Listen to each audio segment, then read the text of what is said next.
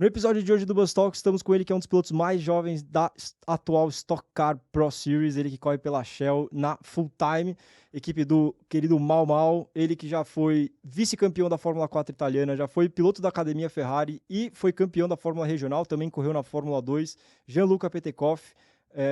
Dá um oizinho, deu um oizinho. Não esquece de dar um like, se você quer convidados que nem esse, fala pra eles, Binha, o que eles têm que fazer? Like and subscribe. Like and subscribe, se inscreve no canal, ativa o sininho e roda a vinheta.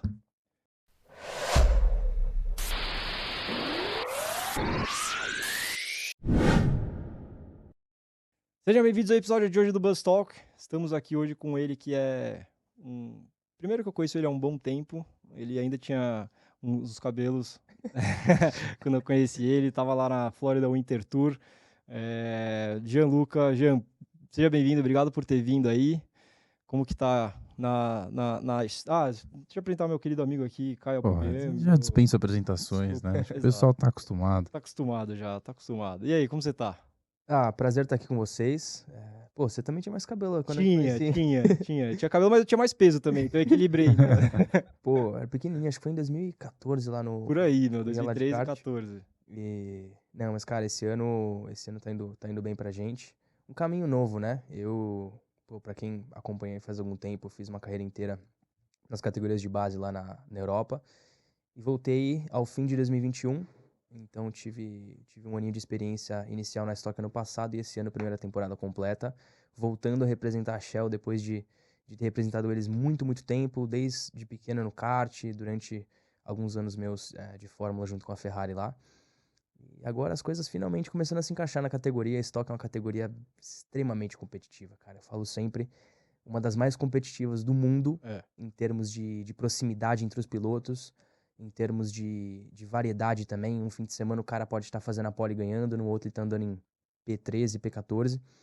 Então você tem que estar sempre afiado e tô começando a achar o ritmo da coisa agora e subindo no campeonato também. Atualmente você tá em nono lugar, com 125 pontos. O líder tem 179 pontos, então você tá Você tá bem ali, cara. Porra, de quantos pilotos? Tem 30 e cacetada pilotos, né? Na frente do Massa, pô. Na frente de uma galera, na frente de 20, Galera. 20 cacetadas, caras. Tá indo bem, tá indo legal. Você tá curtindo? Muito. Cara, a história desse ano tem sido legal, porque o começo do ano foi muito difícil pra gente. Pra quem acompanhou aí, teve uma mudança de fornecedor de pneus na Stock Car. A gente deixou de usar os pneus Pirelli e começou a usar os pneus Hankook. Mesmo pneu que utilizam lá fora no DTM, por exemplo. Então foi um pouco diferente, assim. O pneu causou um comportamento bem diferente no carro. Algumas equipes sofreram no início. A Full Time foi uma delas.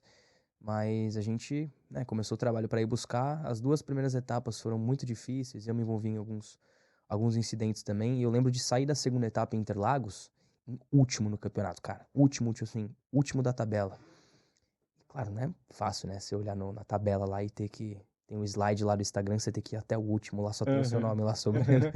Tipo o Corinthians, né? Que isso, cara. Zoando meu time já. E aí depois a gente veio numa sequência muito boa, né? Foi uma escada, assim, cada etapa melhorando. Aí chegou no Velocitar na etapa antepassada, primeiro pódio na categoria, segundo lugar na corrida 1, que é a corrida principal ali do fim de semana, disputando a vitória. Esse fim de semana foi interessante também, no Anel Externo de Goiânia, né? Uma etapa um pouco diferente das outras, a dinâmica da corrida é bem interessante. Nosso quali não foi bom, classificamos em P20, mas fizemos uma baita recuperação na corrida, primeiro para 13º e aí quarto na segunda corrida, entrando aí no top 10 do campeonato, que era o nosso grande objetivo esse ano. Para confessar, eu achei que demoraria um pouco mais para chegar lá, mas você vê, encaixou 2, 3 etapas muito fortes, a gente já subiu bastante, mas a nossa crescente tem sido forte. Acho que das últimas 5 etapas aí, somos o quarto maior pontuador, então que continue assim, quem sabe esse top 5 aí pode estar no alcance. Pô, irado. Eu vou só pedir uma pausa aqui para chamar o nosso patrocinador, aproveitar aqui que ainda estamos no começo da conversa. Você que já assistiu os últimos episódios, é a Broad.app, é um cartão e conta multimoedas. Nela você pode ter moedas tanto em dólar, quanto em libra, quanto em euro. Você evita de pagar o IOF do seu cartão. de crédito, quando você for viajar, você paga como um local, você usa como um local o seu cartão, e é uma conta internacional. Então, se você quer receber, enviar contas, principalmente para essa molecada que está viajando sempre aí, quando corria na Europa, enfim, você chega lá e você tem um cartão de débito e você usa como se você fosse um local. Você chega a economizar até 10% na sua viagem, porque você não paga o IOF, que é quase 6% do cartão de crédito, você paga só um IOF da transferência, que você manda para essa conta de fora, você recebe em real nessa conta, e aí você transfere para a moeda que você quiser. E dentro do aplicativo você tem diversas funcionalidades, como, por exemplo, você vai viajar com um grupo de amigos, você vai pagar uma conta, você paga a conta e você divide com eles diretamente no aplicativo. Enfim, entra aí escaneia aqui o código de barra, entra no site, para você que só está escutando a gente, que é www.broad.app, Broad é BROAD.app, e assim que você baixar o aplicativo e criar a sua conta, você já vai ter um cartão virtual, e mais para frente você vai receber o seu cartão físico, mas você já vai poder começar a usar imediatamente. E outra funcionalidade interessante é que ele vai te avisando quando a moeda está baixa. Então, por exemplo, você vai viajar em janeiro, ou em janeiro daqui 6 meses no caso, né? A gente está em agosto. Você vai viajar em janeiro, ele vai te avisando quando que a moeda está no ponto mais baixo daquele período, e aí você vai lá e coloca o seu dinheirinho lá e ele vai ficar parado, não tem taxa, não tem nada. Então, vai lá, acessa a Broad E dá pra você ir mandando aos pouquinhos também, né? Exato. Quando chegar a viagem, você já nem lembra mais. Já nem lembra. Parece que sai mais barato até. Exatamente. Você vai pra viagem, o que você voltar da viagem, parece que você ganhou lá. Voltou, puta, sobrou $100 na viagem. Parece que você foi viajar e ganhou $100. E é mais barato que comprar cash, é mais barato que a concorrência. E, enfim, esse negócio de você poder transferir dinheiro de uma conta para outra na Europa vale muito a pena. Exatamente. Então, é isso. Entra aí na Broad e vamos com a gente. Voltando aqui pro assunto. E esse ano, você tá com a... Ano passado você já tava na Full Time. Eu tô lendo o V-Power nesse negócio, eu quero falar Full Power, mas é Full Time, a equipe. Você começou esse ano lá ou ano passado você já tava lá? Ano passado já tava. Já tava lá. Mas foi um formato um pouco diferente. Quando eu voltei da Europa, ao fim de 2021, não tinha o objetivo inicial de participar da Stock, do campeonato da Stock. Ainda no período um pouco de indecisão ali, porque claro que faria sentido para mim continuar buscando uma maneira de me manter nas categorias de Fórmula, seja na Fórmula 3 ou na Fórmula 2, mas eu sempre tive a cabeça muito aberta, assim. Eu sempre disse, desde muito pequeno, que meu objetivo na carreira era ser um piloto profissional, e a gente sabe que hoje em dia a Fórmula 1 mudou muito, né, dos últimos anos, e não são necessariamente só profissionais que estão lá, são pilotos que têm a verba, uma condição, claro que eu nunca joguei, porque se eu tivesse eu faria o mesmo, então. Óbvio. Mas as coisas mudaram bastante. Então, quando eu voltei para o Brasil no final do ano, ainda estava num período ali, um limbo ali, procurando patrocínio de novo, enfim, Calma, uma forma de no voltar. final do ano, de que ano para que ano, só para situar? Ao fim de 2021. Fim de 2021 para 2022. Tá, isso. beleza. Foi quando o Mau Mau entrou em contato, porque o que aconteceu? O Matias Rossi, que estava na equipe em 2021, ele mudou de equipe, e a Toyota, como patrocinadora master dele, tinha entrado na Stock Car recentemente também, preferiu manter o carro lá dentro da Full Time e usar ele como um carro experimento. Então, a ideia deles era convidar alguns pilotos brasileiros e argentinos também da Toyota para fazer algumas etapas no carro. Foi quando o meu nome surgiu, o Mamal fez o convite, conhecia a minha trajetória na Europa, conhecia a minha bagagem que eu tinha tido por lá, e achou que podia ser interessante eu ter essa experiência na Stock. Então ele fez o convite, fiquei muito animado. A Stock é uma categoria que, por mais de não ser o meu target ali naquele momento, uma categoria que eu sempre acompanhei, sempre tive um baita respeito. Na minha primeira época de Shell, eu ia muito nas corridas, acompanhava quase todo fim de semana de corrida deles.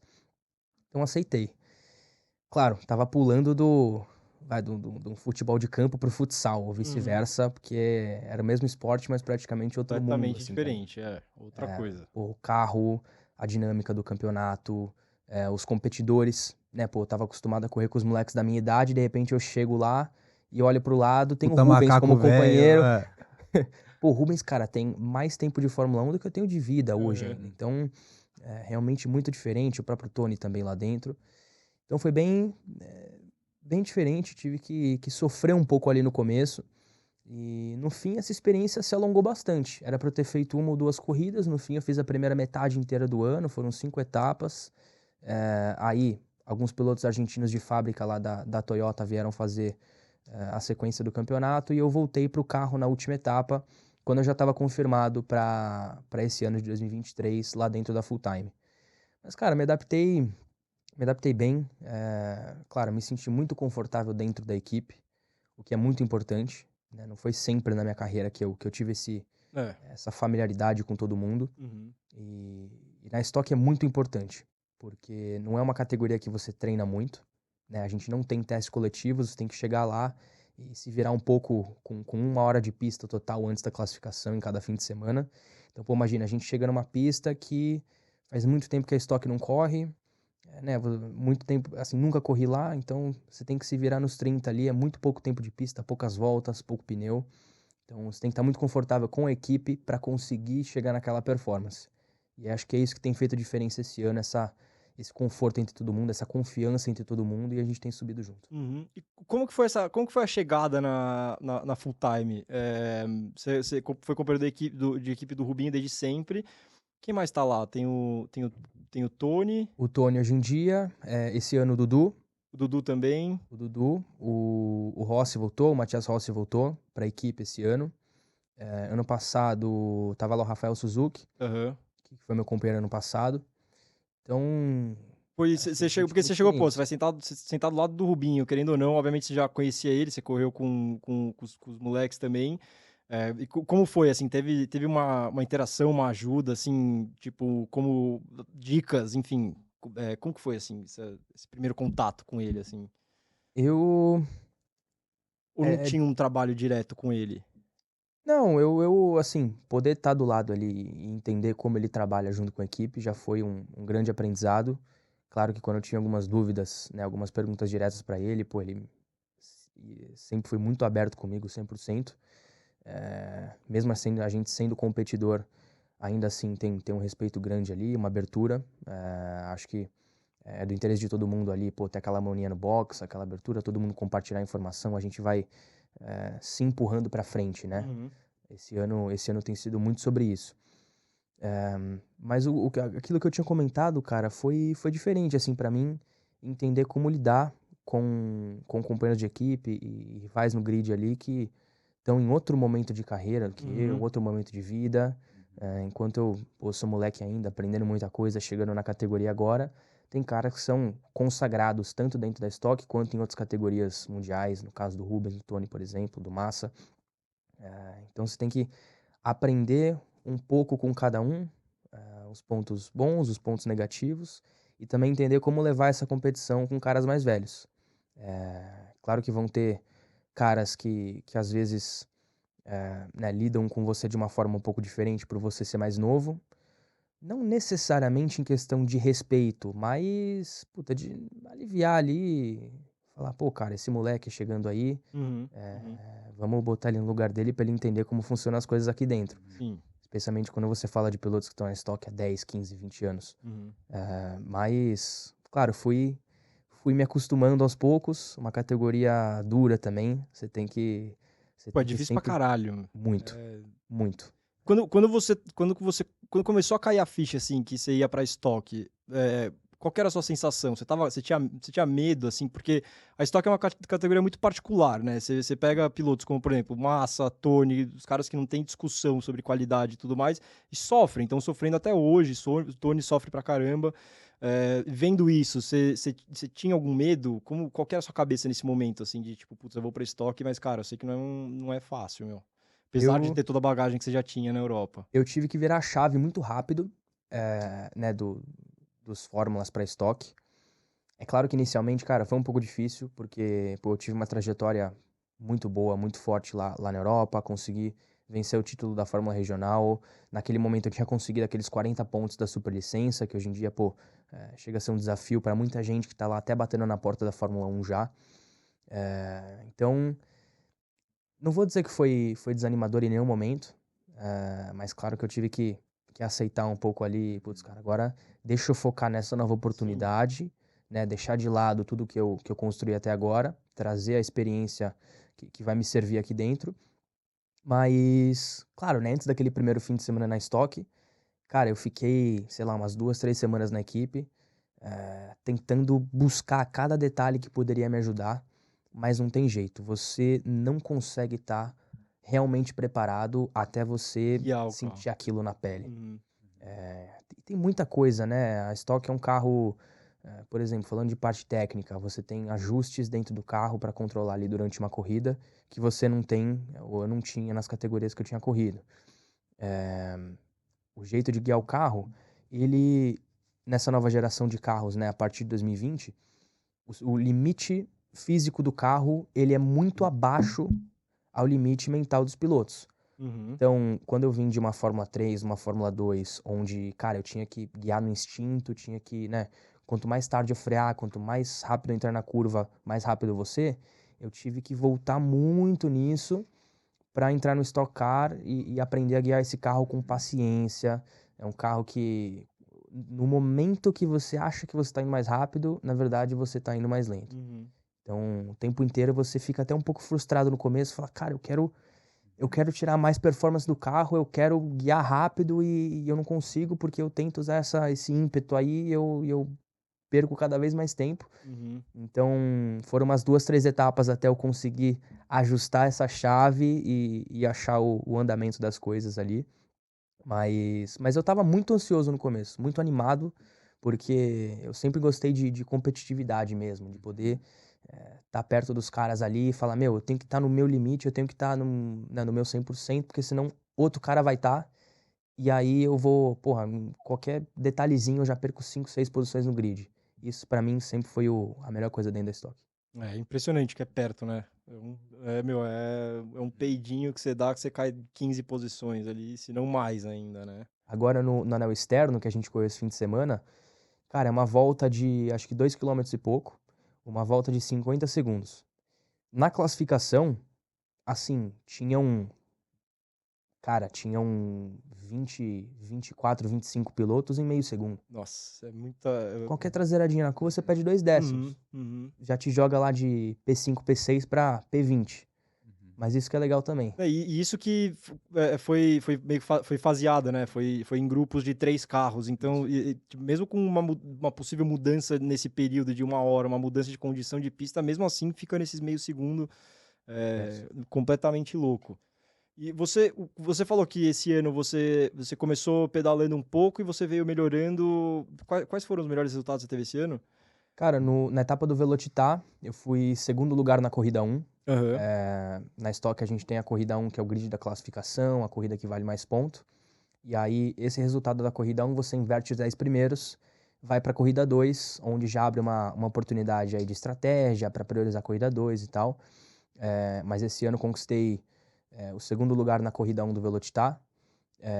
Também fui oitavo Esse foi lugar. seu primeiro pódio na Stock? Primeiro pódio na Stock. Pô, animal. Primeiro. Legal por ter sido numa corrida 1, corrida principal pô. ali, um fim de semana muito forte nosso.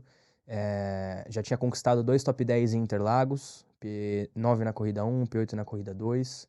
Depois, no Velocitar mesmo, ainda fui quarto na 2. Esse fim de semana em Goiânia, quarto na 2 de novo. Então, nossa média de posição nas últimas 3 etapas tem sido P6, mais ou menos. Uhum. E é uma boa crescente aí, e isso Uau. fez subir tanto no campeonato também. Não, e até porque é o que você tava falando. Tem uns macaco velho lá, tipo, uns caras muito bons, e tem uns caras antigos de estoque, né? Os caras que estão aí na estoque há 15, 20 anos, que, porra, por melhor que você seja, até você se acostumar a pegar o ritmo dos caras, os caras bem mais malandros, pegam um corta-caminho aqui e outro ali, já dificulta muito mais também, né? E te dá sei lá, mais vivência. Eu sei que, puta, a molecada que você andava de Fórmula lá é todo mundo muito, muito rápido também, mas é uma outra experiência, né, assim, de pegar esses caras mais velhos, coisa que talvez os teus antigos competidores nunca pegaram, né? Ah, claro. Pô, cara, de vez em quando eu tô lá na pista fazendo algo ou eu paro pra pensar, falo, cara, o que eu tô fazendo agora, tem cara aqui que fazia quando eu não era nem nascido, assim. Ou que começou a fazer até mesmo quando eu era pequenininho, sabe? Você fala de caras como o Kaká, o Ricardinho, o próprio Daniel Serra, o Thiago. Isso pra falar alguns nomes, né? São caras que estão aí há mais de 15 anos na Stock Car. Então, a familiaridade que eles têm com o ambiente, com cada procedimento, com as largadas, classificação. Quando o cara entra no carro para alguma dessas sessões aí, ele já fez isso, sei lá, 500 vezes. Claro que vai ser diferente, né? Mas é por isso que eu tenho que trabalhar muito mais do que esses caras para chegar no nível deles ou próximo do nível deles.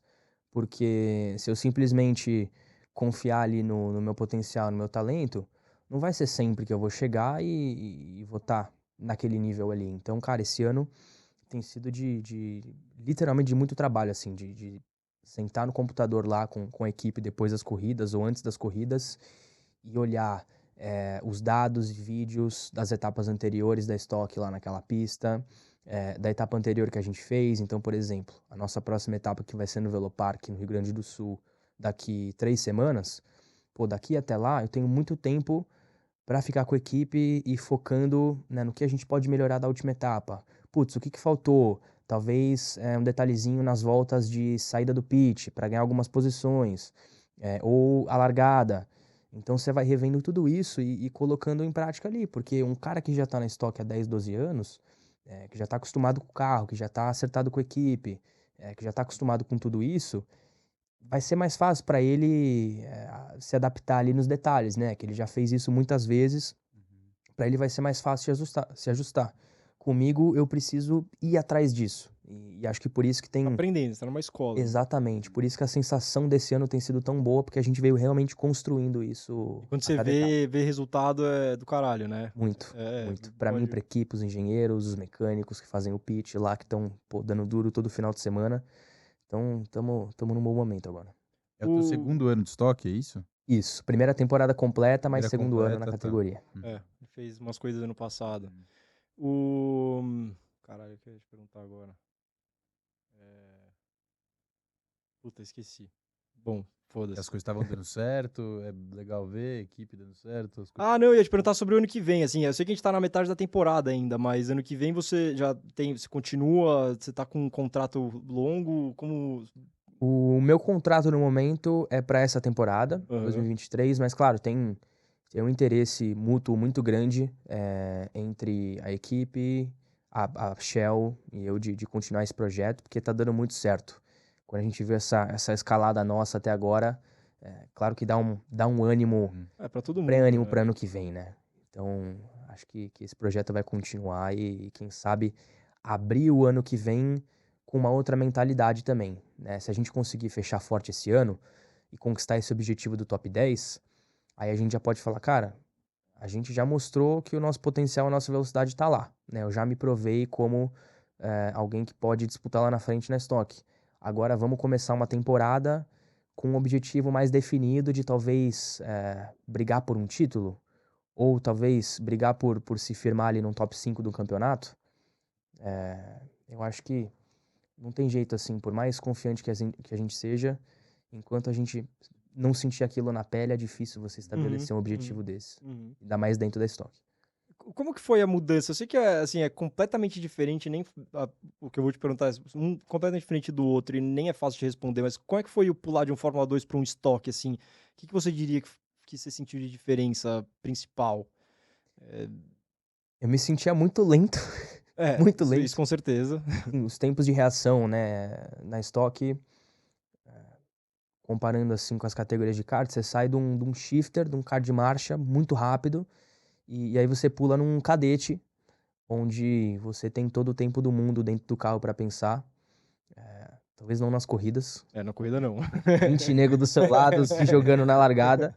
Mas foi igualmente difícil, cara. Assim como foi difícil o meu pulo da Fórmula Regional para a Fórmula 2, pulando de 260 cavalos para mais de 600 e um carro com muito mais aerodinâmica, um carro muito mais elaborado. Foi igualmente difícil fazer esse passo para cá, num carro que, como eu comentei, é um carro que você tem que ser muito paciente, assim, deixar aquela sensação natural na guiada um pouco de lado e guiar um pouco mais, usar um método ali um pouco mais paciente. E claro, se adaptar a mente também, adaptar a cabeça, Total. falando, cara, ok, como eu comentei, eu vinha numa sequência ali na Europa, numa crescente.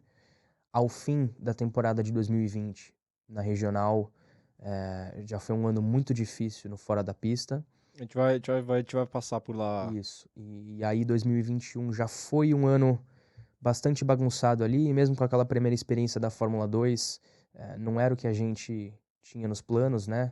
Ainda assim era a Fórmula 3, mas eu tive que aproveitar a oportunidade que apareceu. E nesse retorno da Europa, quando realmente apareceu a oportunidade da Stock e eu tive que falar para mim mesmo, não, ali encerrou, agora vamos focar aqui. Eu acho que não é fácil você se concentrar nesse novo desafio 100% de cara, né, por tudo que eu já tinha feito antes. Mas a partir do momento que eu consegui achar esse estado mental aí um pouco melhor e um pouco mais focado nisso, as coisas começaram a dar certo. Como você teve algum suporte? Foi você mesmo trabalhando? Você teve algum suporte mental para ter esse desenvolvimento psicológico? Ou você recorria a alguém?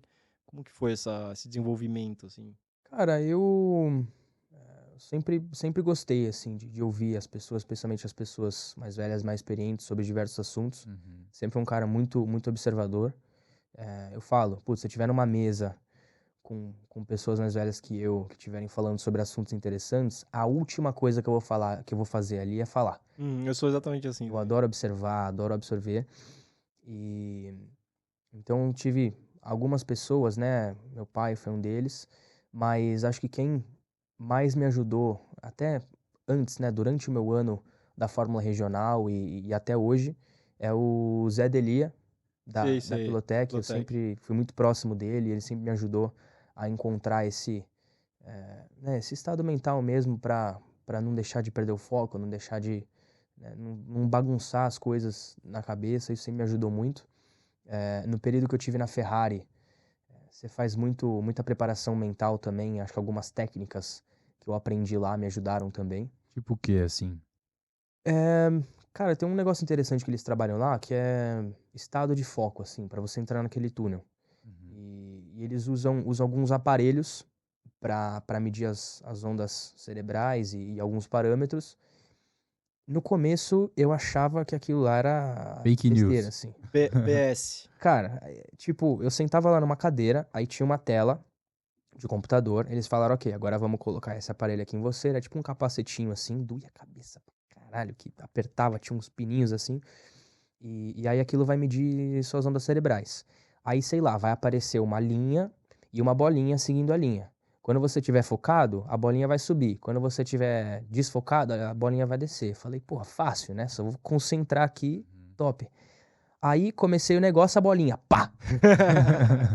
E eu focando assim, parecia que eu era o Magneto, assim, levantando a TV e a bolinha lá embaixo. Eu falei, cara, eu comecei a ficar bravo. Falei, meu, pô, tô concentrado pra caramba aqui, eu pareço, pô, jogador de xadrez e não tá subindo a O bolinha. Yoda lá. Aí, não, relaxa, tal, não sei o que. Eu tava bravo assim. Aí eu fui começando a, tipo, deixar de lado e falar, isso aí tá quebrado. Aí eu fui começando a relaxar assim, e aí a bolinha começou a subir, a subir. Aí eu olhei, eu concentrei, ela caiu de novo. Eu falei, cara, é engraçado isso aí. E aí você vai entendendo um pouco de como o cérebro trabalha. Claro, não como um médico, né? Os fatores mais detalhados, mas um pouco do conceito geral. Realmente, sua cabeça, quando você consegue relaxar, entrar num estado meio que subconsciente, assim, a habilidade da sua mente de processar informação, ela multiplica num número absurdo. Por isso que dentro de um carro de corrida, quanto menos você pensar, melhor vai ser. Uhum. Quando você agir mais naturalmente. E isso justamente é difícil quando você entra numa categoria nova, porque você vai se sentir um pouco desconfortável dentro do carro. Uhum. Você vai sentar lá num carro novo, primeira vez ganhando ele, você não vai estar tão confortável quanto dentro de um carro que você correu 1 ou 2 anos inteiros. Com certeza. Então acho que é por isso que os inícios nas categorias são difíceis, mas quanto mais rápido você conseguir se relaxar e entrar naquele estado natural, melhor vai ser. Você teve que desconstruir o que você entendia como concentração, né? Com certeza. Era o Não era o que oposto. você imaginava que fosse, né? Eu tô concentrado, não tava. E era isso que eu até queria puxar esse assunto mesmo, Eu devia ter porque... testado isso na escola. Então, puta, Eu achava que eu tava focando, agora eu entendi que eu não tava focando porque eu tava tentando focar. a sua bolinha sair da tela, cara. Não- A bolha explodia. Mas assim, o que eu queria te perguntar até sobre esse trabalho psicológico todo, assim, porque, porra, assim, em qualquer empresa que você tiver, em qualquer trabalho que você for, você, cara, você tem pressão, você tem que bater meta, tem seus afazeres ali.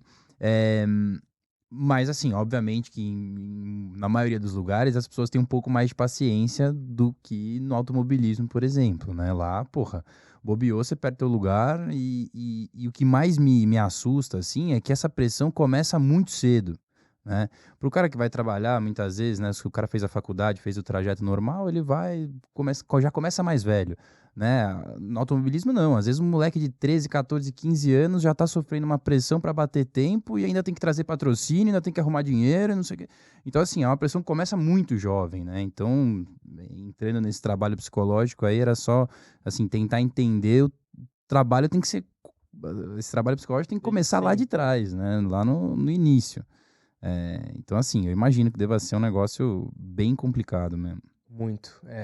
Isso que você falou é um resumo fácil do automobilismo. A Uhum. pressão, a responsabilidade, ela começa muito cedo. Ainda mais quando você começa a entrar né, na questão de patrocínios, academias de piloto. Cara, na Ferrari, algo que hoje em dia eu dou muito valor a isso. Talvez na época, alguns momentos você se questionava um pouco, mas eu dou muito valor a isso. A cobrança de profissionalismo deles é imensa. Imensa para tudo. A cobrança de postura, dentro e fora da pista, né? Você realmente se sente ali como você tivesse que ser perfeito o tempo inteiro. O tempo inteiro. Seja pra, putz, a gente tá no training camp lá com o time, e você tá no café da manhã e você começa a fazer gracinha na mesa lá com os outros pilotos e eles vão te dar uma chamada. Fala, pô, cara, se comporta aí, entendeu? Você fala, caramba, cara, é minha mãe aqui? Eu não sabia. Então, isso acho que é uma das coisas mais valiosas que eu passei, que eu experienciei na minha carreira inteira. Porque isso, assim, pega a sua maturidade e lança ela muito lá em cima. Muito. Aliás, uma das coisas que o Mamal me disse, ainda cedo na Stock Car, ele falou, cara, assim, olhando de fora, né, os lugares por onde você passou, tudo que você fez na sua carreira, é, é muito fácil de esperar que, porra, a sua maturidade e a sua responsabilidade seja muito alta. Então é isso que eu espero de você também. Então ele depositar essa confiança em mim, essa expectativa em mim, foi algo que me trouxe motivação também. Falou, pô, cara, ele acredita em mim. E isso aconteceu também nos anos que eu tava lá na Europa, dentro da Ferrari, correndo pela Prema também, que para quem não conhece aí é como se fosse a Ferrari das categorias de base, né? É a melhor equipe da categoria de base. Todo mundo quer correr pela Prema e, né, todo ano chegam lá 8 ou 9 pilotos para correr na Prema de Fórmula 3 com verba querendo depositar na hora na conta deles lá. Então, isso te puxa muito e começa muito cedo, né? Quando eu cheguei lá, quando eu entrei na Ferrari, eu tava fazendo 15 anos. Então, para chegar lá 15 anos, morando sozinho, o que me ajudou muito, eu sempre fui um cara muito desapegado, assim. Inclusive minha mãe, minha avó ficavam bravas, que eu passava, sei lá, 2, 3 semanas sem falar com elas. Minha mãe me ligava, falou, ô, tá em casa aí na Itália? Não, mãe, tô na Holanda aqui treinando. Ah, bacana, boa sorte aí. Então, mas assim, tive que me acostumar, sofri muito. Tive que aprender a cozinhar, a me virar com as coisas lá de casa. E isso foi legal também. Esse processo foi muito legal, Cresce, me né? ajudou muito. Cara, você vira adulto com 15 anos, assim, É, não é nem, Exato. né, nem adolescente, você pulou de criança pra adulto, assim, é um negócio... Quando eu fui pra lá, cara, puta, foi um negócio, eu tava acostumado aqui com o Brasil, Você morou na correr, Inglaterra, não foi? morei na Inglaterra. Mano, eu cheguei lá, eu falei, cara, você viu que o buraco, meu, não é que é lá embaixo, o buraco é no subsolo, assim, é foda, os moleques... faca no dente e, tipo, tem uma amizade ali, não sei o quê, mas, meu, é competição 100%, um nível, assim, se você for num cartódromo aqui no Brasil, se for num cartódromo na Inglaterra, lá são 2 lugares diferentes, parece que você tá indo com todo respeito, mas você tá indo numa pré-escola contra uma universidade, se não uma empresa já, assim, então é um nível muito alto, é uma pressão gigantesca, então essa molecada eles recebem de moleque uma pressão inicialmente dos pais, né, que geralmente é quem tá ajudando nesse período, então é um tipo, porra, tô me ferrando aqui pra pagar a sua conta, então você tem que ir bem. E quando chega lá, passa a ser uma pressão, assim, que por mais que você esteja pagando a equipe, mesmo que seja você o patrocinador, cara, é uma pressão que da equipe mesmo, que você tem que performar e você tem que, tipo, porra, tem um monte de gente querendo pagar o que você tá pagando que estaria se dedicando. Então, não tem essa de tô pagando a conta. Lá meu, é nível altíssimo, a pressão alta, psicológico é o que fala. Meu, você não tem psicólogo. O Devlin, cara, o psicológico dele era muito fraco no começo. Era, puta, rodava na primeira curva em todas as corridas. A gente começou a fazer um trabalho psicológico e ele começou a ganhar tudo, assim, porque é a pressão na cabeça, porrada mesmo. É de tirar o chapéu pra essa molecada aí. E...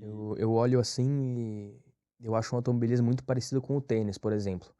Cara, o tênis, aliás, eu acredito que o tênis é ainda mais difícil mentalmente do que o automobilismo, mas qualquer esporte de alto nível, é literalmente a diferença entre você conseguir ser um grande esportista, um grande atleta e alguém que ninguém vai lembrar. É essa resiliência mental, porque, cara, imagina uma partida de tênis, você tá lá num cenário grande, tá jogando um Grand Slam, tá em Roland Garros, e você tá lá, 2-0 e o cara em match point, e você fala, cara, eu até tenho oportunidade de vencer esse jogo, mas eu tenho que quebrar esse match point dele, e eu tenho que voltar e ganhar 2 sets pra empatar o jogo, pra ir jogar o quinto set e tentar ganhar.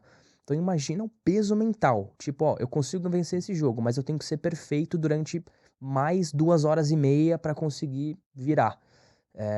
E no automobilismo, eu acho que isso é dividido em alguns momentos, né? Cara, você chega no fim de semana, sai pro primeiro treino e tá horrível. Tá horrível. Você tá tomando um segundo e fala, cara, eu consigo voltar e tá competitivo. Mas, cara, eu vou ter que olhar tanta coisa nos dados, analisar tanta coisa com a equipe, pra gente planejar várias mudanças no carro, pra aproveitar o tempo de pista no treino 2. E mesmo assim, cara, eu tenho que ser perfeito e ir me ajustando em tantas coisas. E não é tão fácil assim, né? Você olhou lá, analisou tudo com a equipe e fala, putz, eu preciso fazer A, B e C. Não é que você consegue pegar a caneta lá, escrever e tá feito. Pô, no carro, quando você tá guiando um carro no limite, cara, é muito, muito difícil, assim, porque para você se ajustar, são detalhes, detalhes. Putz, eu vou respirar um pouquinho mais, o pé no freio, no fim da freada, é coisa muito, muito Nossa, mas minúscula, assim. era um negócio que me assustava, cara. Você fala, meu, puta que pariu, é meio milímetro de freio de diferença que o cara perdeu 3 décimos, 2 décimos, sei lá, o cara não conseguiu fazer. Muito fino, É um então, espaço, cara, a gente falava assim, quando o Devin ia entrar numa curva, assim, quando ele não usava a pista inteira do lado de fora, sabe? Não pegava a zebra do lado de fora pra pegar a curva inteira. A gente falava que o Valentino Rossi passava ali, mas assim, era uma reclamação, assim, porque tipo, tinha um espaço de concreto desse tamanho e ele não tava usando a pista inteira, assim. Às vezes eu me sentia mal de cobrar o cara por causa disso, mas tipo, é isso, Tem que tipo, cobrar, tem é que isso. fazer, tipo, você tem que usar os 5 centímetros que tá sobrando ali. É chocante, assim, é um negócio... São essas diferenças, cara. Tipo, o cara te xingando lá, vendo os dados, falou, cara, você tá vindo a 250 e você freou 3 metros antes do cara. Que isso? Tipo, você não consegue piscar em 3 metros naquela velocidade. É, Mas são esses detalhes e é por isso que o automobilismo também é tão difícil mentalmente, que você precisa ter uma concentração, uma atenção na hora, e surpreendentemente, tem muita gente que não consegue fazer tais coisas ou performar de certa maneira por falta de atenção mental, por falta de intenção uhum. na hora de fazer algo.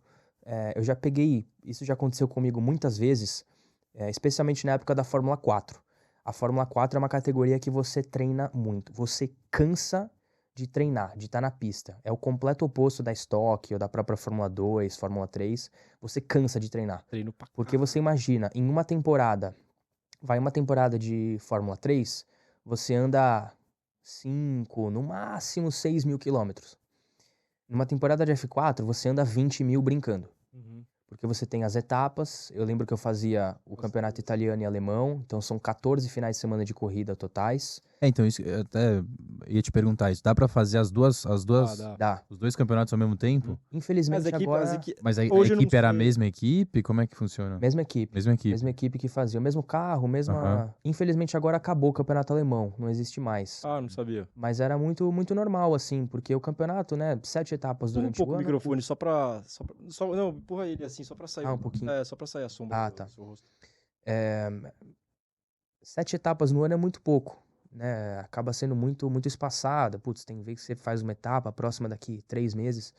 Então, os 2 campeonatos é uma forma de você, Tá sempre correndo. tá mais ativo ali. Então, você tinha essas etapas, você tinha, né, uma porrada de teste de pré-temporada, uma porrada de teste durante, uma porrada de teste depois. Então, né, nesses 12 meses do ano, cara, você andava muito. Era toda semana. Toda Toda semana, semana eu tava no praticamente. carro. E aí, não é tão fácil assim você tá sempre concentrado, focado e fazendo tudo ali direito. Porque imagina, você pegou uma semana, você fez 2 dias de teste em Mugello. Aí você foi, fez mais um dia de teste na mesma semana em Vallelunga. E aí na semana seguinte, você já chega lá, num puta frio, em Misano, no inverno lá, pra fazer mais 2 dias. E aquele dia de pista, tipo, a pista tá livre das 9 da manhã às 5 da tarde, você anda quando você quiser. Chega lá 4 da tarde, você tá cansado, falam, vai fazer uma simulação de corrida. Cara, você vai sair, tipo, Simulação é no simulador mesmo. não, na Não, pista, simulação de corrida. mas uma saída Race assim, distance, distância de Tá. corrida no treino, isso, assim. pra ver como o carro se comporta, desgaste de pneu e tal. Mas aí você sai lá, você já andou tanto que, tipo, você sai meio no automático, assim. Aí você fica lá andando, sem prestar atenção, você não freia sempre no limite, você não carrega a velocidade sempre no limite. Bolinha caiu. A bolinha caiu. Bolinha caiu. A bolinha tá lá já no chão, se arrastando, tipo o Titanic, assim. Você tá lá. Entendi. Então, isso acontece.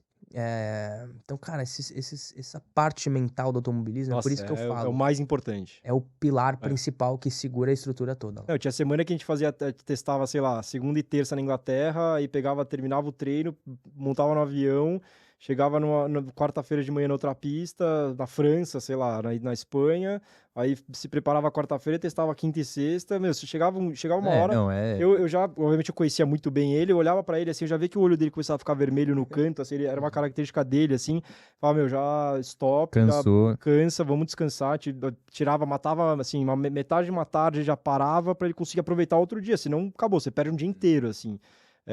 É extremamente puxado, é cansativo, cara, é exaustivo mentalmente. Então, por isso, o simulador pra gente, principalmente, era muito treino psicológico, era treino mental. Então, ele entrava no simulador, não era fazer volta rápida, era constante, então chegava a fazer, faz 15 voltas, mesmo décimo. O simulador é exatamente igual sempre, né? Não tem vento, não tem porra nenhuma. Então você tem que fazer no mesmo décimo. Ele ia lá, décimo, e quando ele conseguia fazer, pronto, tá liberado.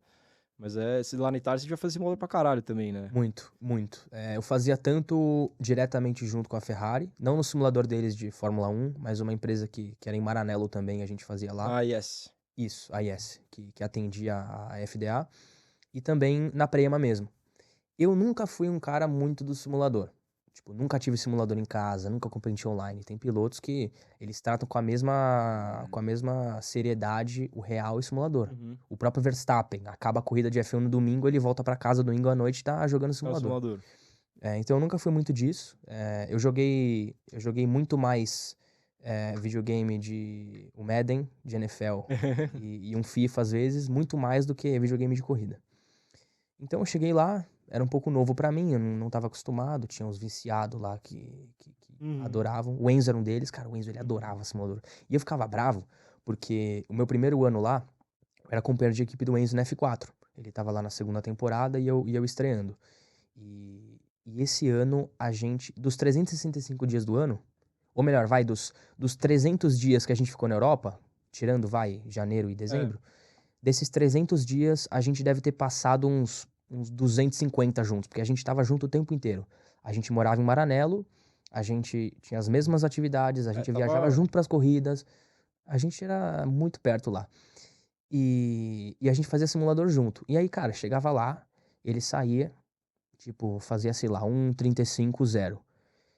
eu falava, cara, hoje eu vou bater o tempo dele. Eu saía, tal, me matando 1:35,6 e eu não conseguia ir mais. Eu falava, cara, eu não consigo. Então você vai se ajustando. Mas isso é verdade. O simulador ele é muito mais um treino mental do que um treino técnico. Porque você não vai frear no mesmo lugar que você freia no real. Você não vai fazer a curva exatamente do mesmo jeito. O carro ele não vai ser, né, uma cópia perfeita do que ele é na vida real. Mas é um ambiente ali sem variável. Então, Você decora a pista também, né? com Ajuda certeza. Não, isso com certeza. com Tem, certeza. tem pegar o essa traçado. também. Sim, sim. Então você desenvolve ali uma constância, né? Uma visualização boa ali do que seria no fim de semana de corrida. O Devlin era que nem você, assim, ele não curtia muito, assim, ele, aliás, curte zero. Você vê até hoje, zero jogo, zero videogame, zero simulador, então eu tinha que colocar ele era uma rotina, era um trabalho. Quem brincava era eu ficava o dia inteiro brincando a porra do simulador. Eu, se tivesse ficado brincando o dia inteiro. Então, mas ele, cara, ele não curtia, então eu tinha que fazer como um trabalho mesmo, a gente fazia junto com o engenheiro dele, a gente tinha que dia que a gente ia na Carlin. Mas nós não temos carro pra pilotar também, né? Tem carro pra pilotar também, tivesse. exato. Aí não ia fazer isso, não ia ter graça, né? Cara, o que eu fazia muito lá, que era o que me motivava um pouco assim pra ir no simulador. Na época que eu tava lá na Prema, tinha a corrida de Macau de Fórmula 3. Que inclusive sempre foi o meu sonho fazer e nunca consegui. No ano que encaixaria foi quando teve a pandemia e não teve a corrida. Mas assim, eu sempre fui muito fã da pista de Macau. É que eu Adorava mais assistir as curto também. corridas. Minha pista preferida, que engraçado, foi uma pista que eu nunca corri. E aí, passava metade do ano, né? Passava, sei lá, junho, julho lá.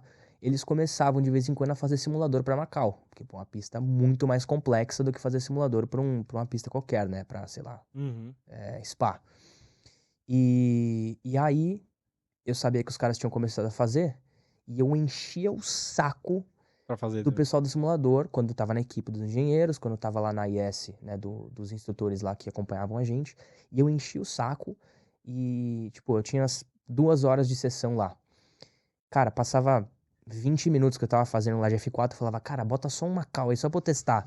E aí fazia o restante da minha sessão de Macau de F3. Então eu acho que a pista que eu mais andei no simulador, de todas, foi Macau de F3 e eu nunca corri lá. Foi a que você nunca andou de verdade, né? Em Macau, eu também, quando a gente começou a pensar em ir pra Macau lá, eu falei, cara, porque era foda, assim, é foda, por mais que você faça simulador pra caralho, é difícil você bater um piloto, assim, então eu nunca conseguia bater o Devlin. Eu falei, mano, Macau eu vou bater esse filho da puta, porque eu quero que ele teste essa merda, eu quero que ele faça simulador pra caralho.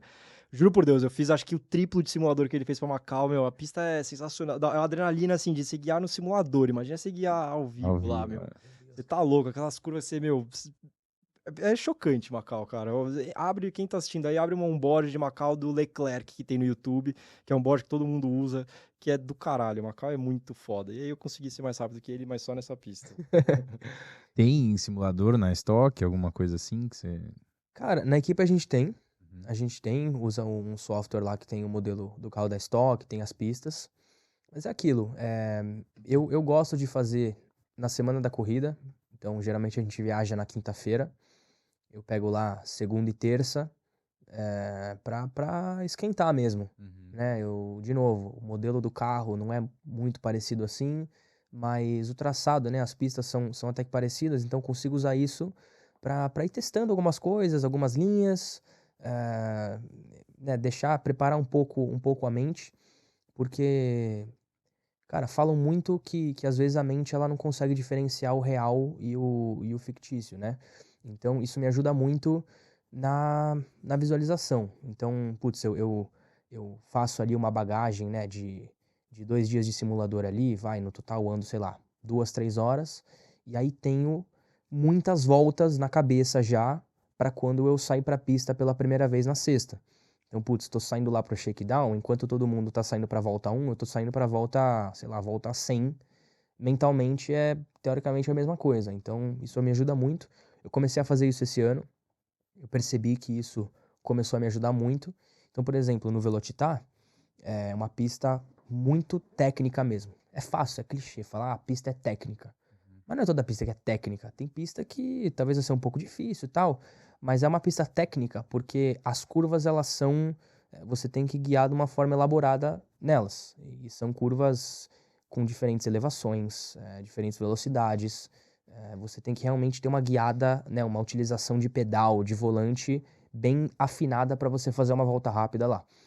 E é uma pista que eu sofri muito ano passado. Eu cheguei a correr no Velocitar lá de estoque ano passado, sofri muito, tava muito perdido. E sabendo disso, eu falei, cara, deixa eu fazer o simulador pra, né, pegar um pouco desse ritmo daquela pista e chegar preparado. Então eu fiz isso, fiz 2, 3 dias de simulador na equipe. Chegou, nossa primeira atividade era o treino de hooks, que eu, o Dudu fizemos, por exemplo.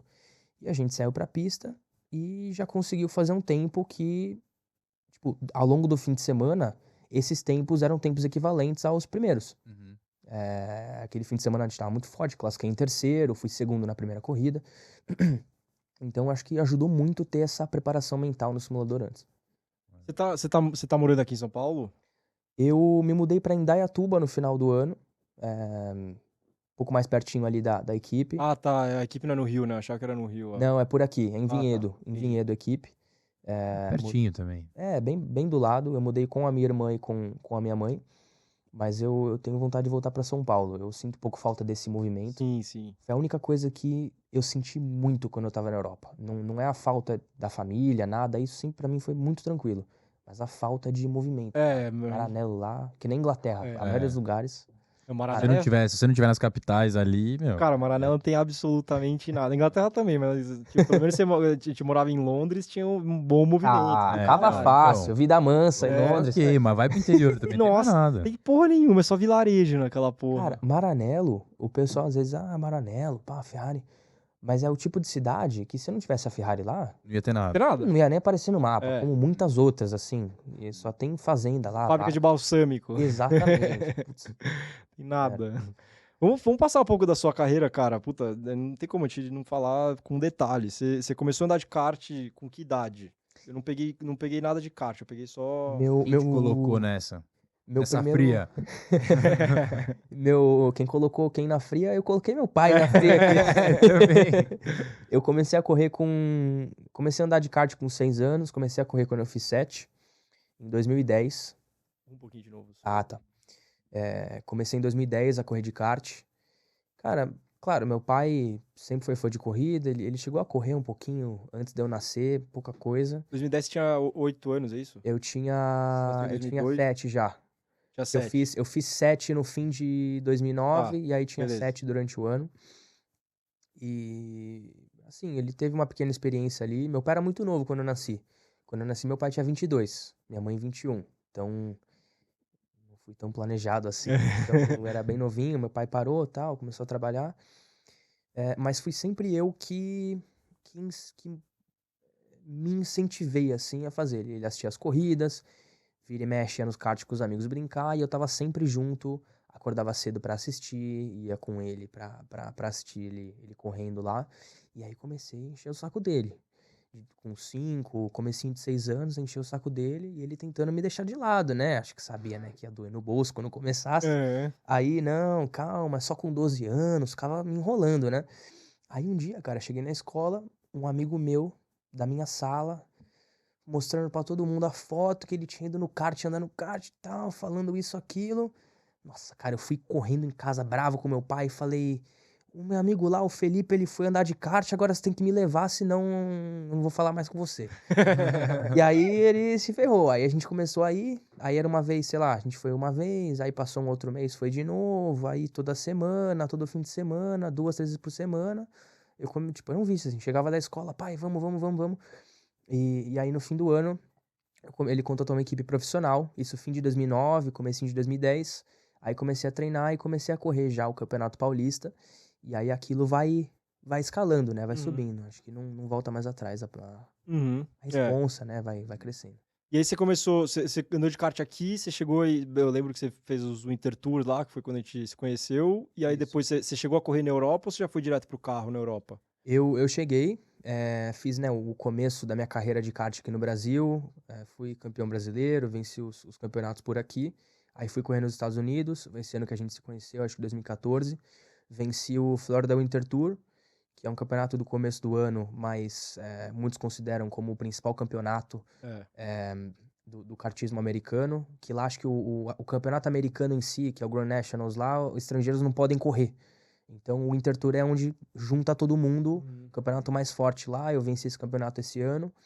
E O aí, Pedro Cardoso ganhou esse ano também, não foi? exato, Chegaram juntos. exato. A gente ganhou em categorias separadas lá, 2 brasileiros. Pensa, essa galera ficou Legal. feliz. Foi legal. E aí, ainda fiz 2015 de kart entre Estados Unidos e Brasil. Também 2015 foi meu primeiro ano representando a Shell. E 2016, finalmente, foi quando eu estreiei no kartismo europeu. Nesse ano, eu fiz algumas etapas só. No final do ano, acabei sendo o 5º lugar no Campeonato Mundial no Bahrein. Meu primeiro, grande resultado no kartismo europeu. E em 2017 foi quando eu migrei para o time oficial da Tony Kart, que é a equipe mais tradicional do kartismo mundial. Fui correr na equipe de fábrica deles, com um acompanhamento técnico da academia da Ferrari. Eles têm Para a uma equipe. parceria, né? Isso. Uhum. E aí, durante esse ano, de novo, já estava correndo, né? Em 2016, corri pela Júnior. E em 2017, eu corri pela categoria OK Sênior, que é a elite do kartismo mesmo, né? Essa e a categoria dos karts com marcha são as duas principais. E aí, esse ano eu fui, de novo, fui 6º lugar no Mundial. Foi quando eu recebi o convite para participar do processo de seleção ali, Do dos shootout testes lá da... da academia da Ferrari em Maranello. E aí, cara, pô, imagina, eu com essa oportunidade em cima, depois de ter feito, né, um bom ano no kart lá, cheguei com aquela mentalidade. Falei, cara, se eu for bem aqui, de repente eu posso entrar na academia da Ferrari. E aí, meu, fiz simulador pra caramba, da pista de Maranello lá, né, me preparei muito. E aí acabou dando certo. Fui o melhor nesse processo de seleção e acabei recebendo um convite pra entrar na Ferrari em Como que 2018. foi esse processo? Qual que era o que você teve que fazer? Ele é um processo de 3 dias. Eles fazem 2 vezes no ano. Então, um primeiro grupo de 4 pilotos e um segundo grupo de 4 pilotos. Então, você chega lá em Maranello, o primeiro dia eles fazem a apresentação lá do programa. Aí você tem os testes físicos em um dia. No segundo dia, você faz os testes mentais e sessões de simulador. E aí, no último dia, são testes na pista com Fórmula 4 lá em Fiorano, no autódromo deles. Então, cara, assim, de novo, um sonho virando realidade, poder sair com o carro na pista lá dentro da Ferrari, olhar lá a casinha que Foi em Fiorano mesmo, foi na pista deles. Foi. Ah, do caralho, pô. E é uma pista pequenininha até, assim, até pra um Fórmula 4, imagina um Fórmula 1 andando lá, é algo bem, bem pequenininho, assim, bem estreitinho. Mas, enfim, a gente fez esse processo e, de novo, aquela pressão, né? Aí, pô, você tá lá durante o dia, aí falam, ok, galera, agora vamos fazer, né, simular uma classificação. E como é uma pista pequena, e eles não têm a estrutura, né, de um autódromo, então é permitido andar só um carro de vez. Então você sai, e enquanto você sai na pista, fica todo mundo assistindo, todo mundo olhando. Tipo, é engraçado, não é um box assim, é tipo uma garaginha assim. Inclusive, essa garaginha é a garagem Shell, tem lá o símbolozinho, tá legal pra caramba. E aí você passa na frente, você vê que tá todo mundo assim, embolado dentro da garaginha lá, assistindo a TV. Tipo, olhando o tempo, né, que tem cronometragem. E então você sai, meu, cara, tem que, assim, são 5 voltas e é aquilo. Você errou, não conseguiu fazer o tempo nessas voltas, acabou. Mas foi um baita processo, assim. Acho que o primeiro desafio de verdade, assim, de responsabilidade meu que eu É tive uma foi esse aí. pressão, né? E pra um moleque chegar lá e ver tudo aquilo, né? Tipo, meu, tô aqui, caralho, velho. Não é Muito. possível, é mentira, né? Mas foi um baita momento e aí, claro, dá aquele alívio quando você acaba e você vai bem, você foi o mais rápido, você conseguiu demonstrar ali o potencial. E aí foi aquela ansiedade, assim, no mês seguinte. Aliás, mais Quem de um tava com mês. você, competindo com você? Era uma vaga, não era uma vaga? Ou... Era assim, eles não falam, o melhor Sim, vai sim. receber a vaga. Eles deixam, É que é um a monte gente de quer coisa, né? avaliar vocês. E claro, se alguém impressionar a gente vai considerar convidar um de vocês para fazer parte da academia. Mas eu lembro que naquele ano tinha o Novalak, que correu comigo de F4 não, no kart. Uhum. Foi companheiro de equipe na Tony. Brotherzaço meu. Ele tava fazendo lá. Ele Esse era cara do ganhou a outro última grupo. corrida aí? Isso, Exato. da F2. Na Fórmula 2. Mas o Klein tava no outro grupo, não tava nos 4 comigo. Comigo tinha o Davi Vidales, espanhol, um menino que era muito, muito bom no kart. Correu de Fórmula Renault, de F3 aí esses anos. O Leonardo Lorandi, que correu de F4 comigo no ano seguinte. E tinha mais um menino italiano lá, eles sempre chamam pela Federação Italiana, vem um deles. Mas esses eram os nomes que eu lembro, assim, os principais. Mas, cara, foi um baita momento, assim. Aí teve aquele período de 2 meses depois, esperando uma resposta, né? Eu sabia que tinha sido bom, mas aí, vamos ver aqui e tal. Aí teve um evento que a gente fez junto com a Tony Kart e a Ferrari.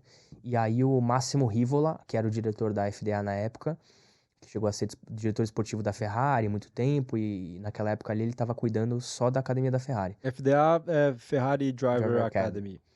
E aí ele, nesse evento, ele chegou pra mim e falou, Gianluca, né, fica calmo aí, mas as coisas parecem boas e fica pronto, porque se o telefone tocar, a gente quer você pronto. Falei, tô pronto, pode ligar, tá no bolso aqui. E aí, poucas semanas depois, eu recebi a ligação em casa. Eu lembro até hoje, cara, meu pai atendeu o telefone e tal, eu vi que ele ficou um tempão, assim, lá de fora de casa no telefone, só que eu não tava ouvindo. E aí ele entrou assim. Você sabia que era ele? Eu imaginava que seria algo sobre isso. E aí ele chegou assim e falou, cara, parabéns, o contrato chega na segunda, você vai ser piloto da Ferrari. Pô, baita momento, assim. Porra, legal pra caralho. Puta que pariu. Mas você já tinha. Qual que era o seu plano antes de aparecer a oportunidade da Ferrari? Você já ia andar de Fórmula 4? Como que era? Que você tava. Qual que era o caminho pra você ali? Cara, o plano naquela época era justamente andar de F4 na Inglaterra. Eu desde muito pequeno, sempre trabalhei com o Denis Girani. O Denis foi meu coach desde pequenininho no kart, né, todos esses anos de kart, até hoje eu falo com o Denis direto. E através dele eu conheci o pessoal da WR, lá na Inglaterra, o Boyle, que é a equipe, Boyle, nossa. cara, é um dos últimos garagistas aí, clássicos da Inglaterra. E eu comecei a treinar de F4 inglesa lá. Eu lembro que a gente treinava Já foi pra Pembrey? Já fui pra Pembrey, infelizmente. Cara, imagina assim, no meio do nada. Pembrey fica no país de Gales, assim, no fim do mundo, onde o vento faz a curva lá atrás da parede. Passa meia hora depois disso ainda. E é isolado, assim, era um aeroporto desativado, né? Que fizeram a pista, vários autódromos na Inglaterra são assim, até Silverstone mesmo. Sim, acho que todos são. Todos são aeroportos. E aí, cara, a gente ia lá treinar, e é uma pista boa pra treino, porque tem umas curvas difíceis, assim, de alta, e o pessoal, na época que a Fórmula 3 europeia era livre pra fazer desenvolvimento do carro, de aerodinâmica, o pessoal treinava direto lá. E aí tem cada história de cada porrada que a galera dava lá. Mas enfim, aí ia treinar nesse lugar e, cara, a gente ia, aquele frio, tipo, você chegava de clima manhã gostoso, na pista. né? Nossa, aquele clima inglês, muito gostoso. Delicioso. Cara, nem venta. Nossa, nada. que saudade. E aí chegava aquele vento fazendo, 1 grau de temperatura. E aí você saía com o carro na pista e eram meus primeiros treinos de F4. Então, cara, eu saía, ficava lá 8 voltas esquentando o pneu pra começar a virar. Mas aí fiz alguns testes desse e a gente começou a se aproximar bastante, assim, e era nosso plano. Acho que se não tivesse o negócio da Ferrari, eu teria feito campeonato com eles no ano seguinte. A WR, o Kimi Raikkonen fundou essa equipe. Sim. Era um dos R's era Raikkonen e o outro acho que... Robertson, se eu não me engano. Que é o Boyle, não é? Eu acho. Cara, não é o Boyle. O Boyle, ele foi chamado pra ser o chefe da equipe. Tá. Eu não sei quem é, mas eu lembro de ter escutado isso. E aí era esse o nosso plano. Aí as coisas mudaram um pouco, mas de qualquer jeito, me preparou muito esses testes com ele aí. Você fez alguns testes com ele? Isso, eu acho que eu fiz umas 3 sessões de 2 ou 3 dias. Legal. Eu cheguei a andar em Silverstone de F4, única vez que eu andei em Silverstone. Mas, cara, pensa numa desproporção de tamanho, assim. Porque o carrinho de F4 é bem limitado, assim, né? Um carrinho de 160 cavalos, não tem tanta velocidade, tanto downforce. E aí você chega em Silverstone e é gigante. Isso é muito grande, é. Gigante, assim, tem muito espaço, é meio plano, né? Então você olha assim, aquela área expansa assim, você fala, caramba, cara, eu tô me sentindo uma formiguinha aqui no meio. Aham. Mas foi muito bacana, cara, uma pista sensacional, assim. É, Sensacional. é. Quando eu tava em Pembrey lá, puta, meu, o piloto, alguma coisa King, esqueci o nome dele. Cara, deu uma porrada lá. Ele quebrou o chassi de Fórmula 3 no meio. Ô, louco. Tipo, num teste, assim, do nada, assim. Por nada. Ele pegou um patch molhado lá, o cara arregaçou o carro do Boi, o Boi ficou maluco. Mas é uma dessas pistinhas aí, literalmente no meio do nada. Aí você, pô, fechou com a Prema, carro diferente, né? Diferente, um outro carro, na Inglaterra eles usavam o carro, o Migali, e Uma bosta.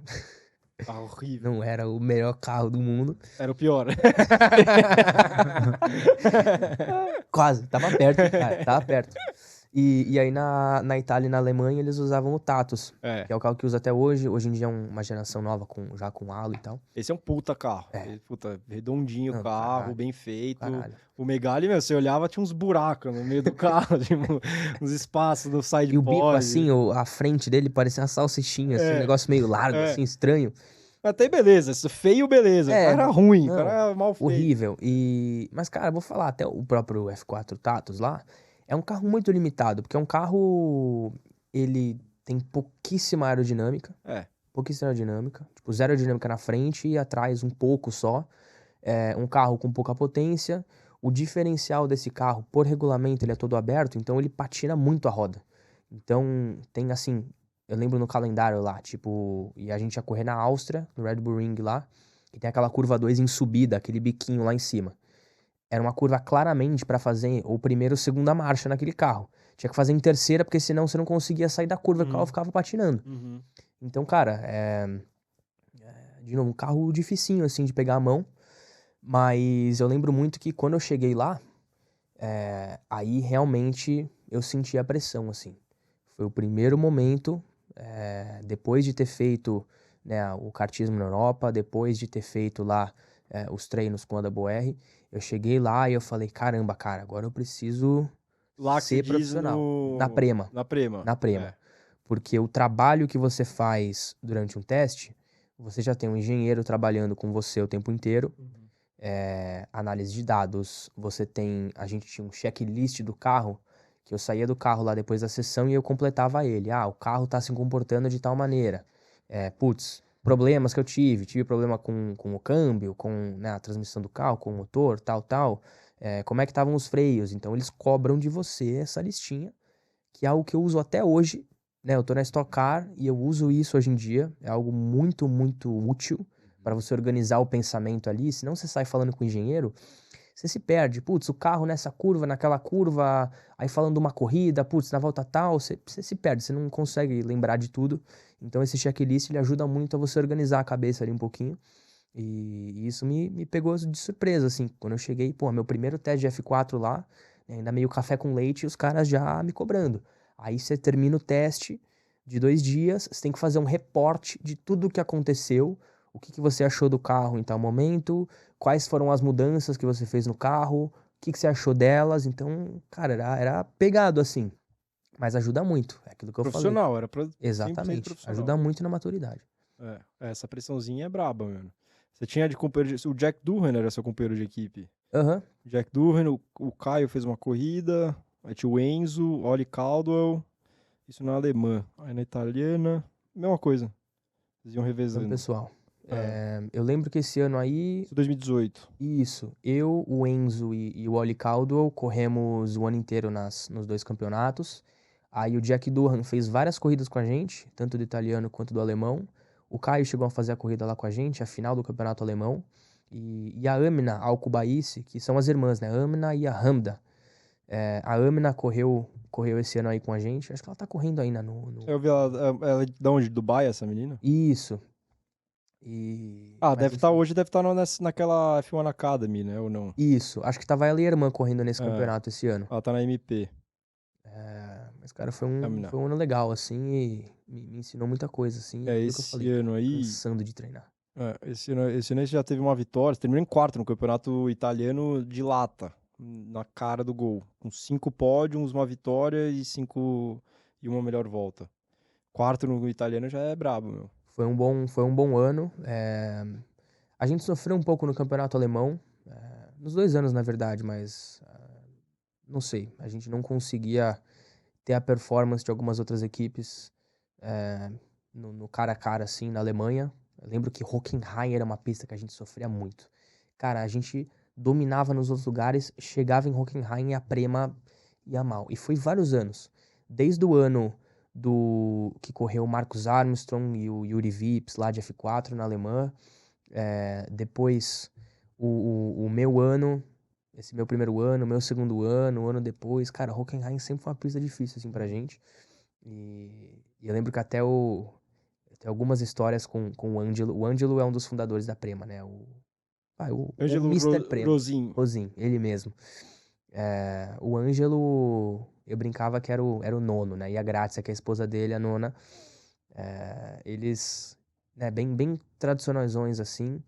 Aí depois de um tempo, eles começaram a cuidar muito mais da Fórmula 4 com os moleques do que F2 e F3.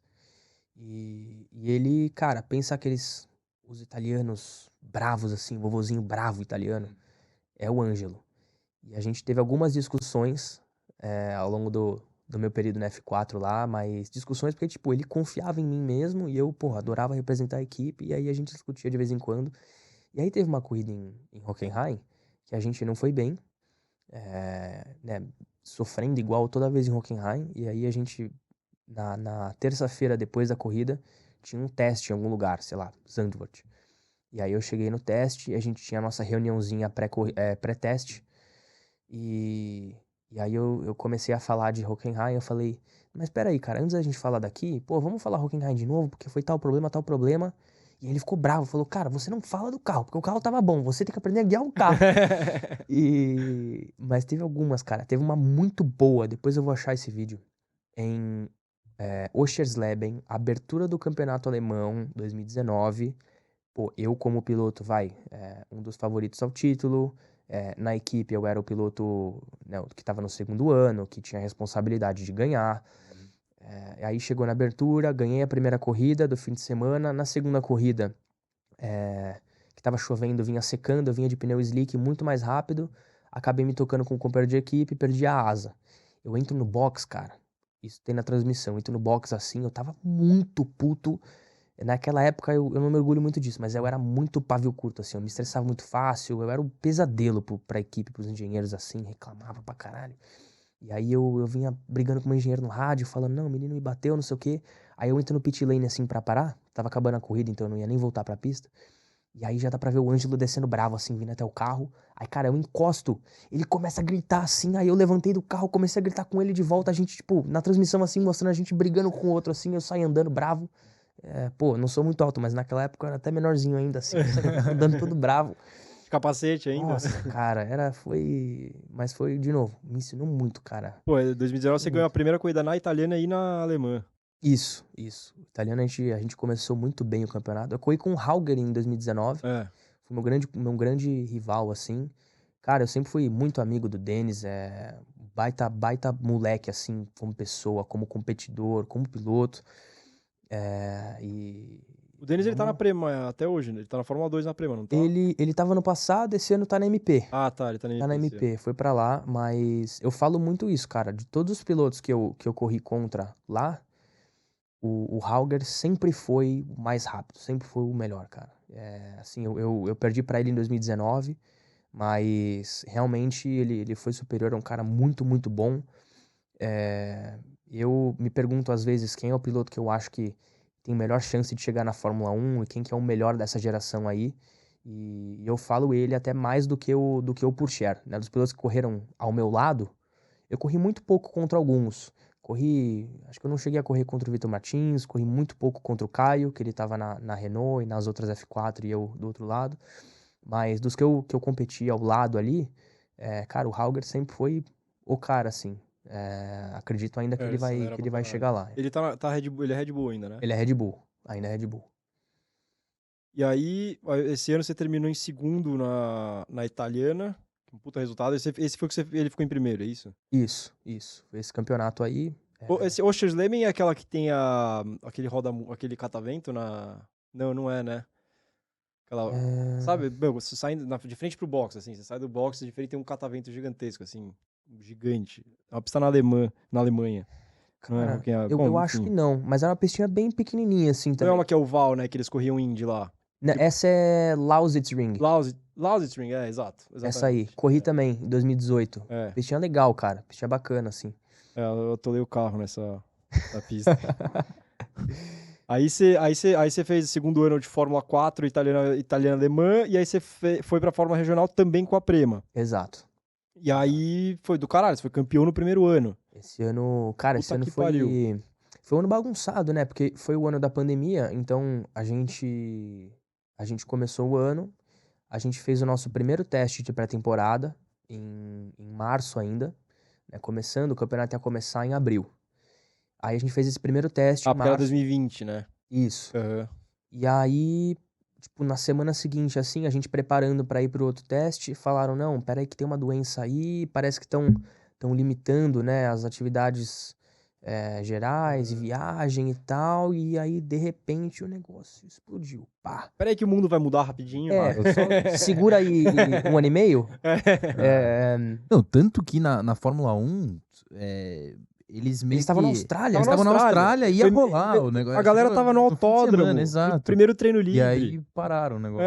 Então os caras tá pronto. Era tipo meia hora pra luz verde pra começar a temporada. Nada, cara, era um bagulho louco, de filme, assim. Acho que todo mundo vai ter alguma história daquela época, mas eu lembro que eu tava assim, eu tava em Maranello lá, eu lembro que meu pai, minha madrasta, eles tinham ido assistir esse treino, a gente tava meio junto lá, porque eu ia fazer mais um teste, e aí a gente tinha uma pausa, eu ia voltar aqui pro Brasil com eles, fazia um tempo que eu não via pra cá também, e aí depois voltar pra Europa pra continuar os testes.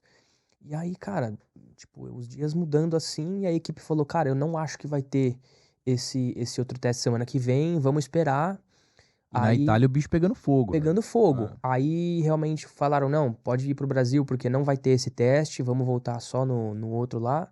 Aí a gente veio pro Brasil, tipo, já aquele clima meio estranho, tipo, ainda não tava obrigatório máscara, nada, mas tava, tipo, todo dia tinha alguma notícia nova. Eu lembro que eu cheguei no Brasil, o negócio estourou, pá. Aí o que aconteceu? Eu falei, cara, se eu ficar aqui no Brasil os 15 dias que é pra eu ficar, vai ferrar, porque se tudo fecha, eu vou ficar preso aqui, não vou conseguir voltar pra lá, não sei quando que a situação vai melhorar.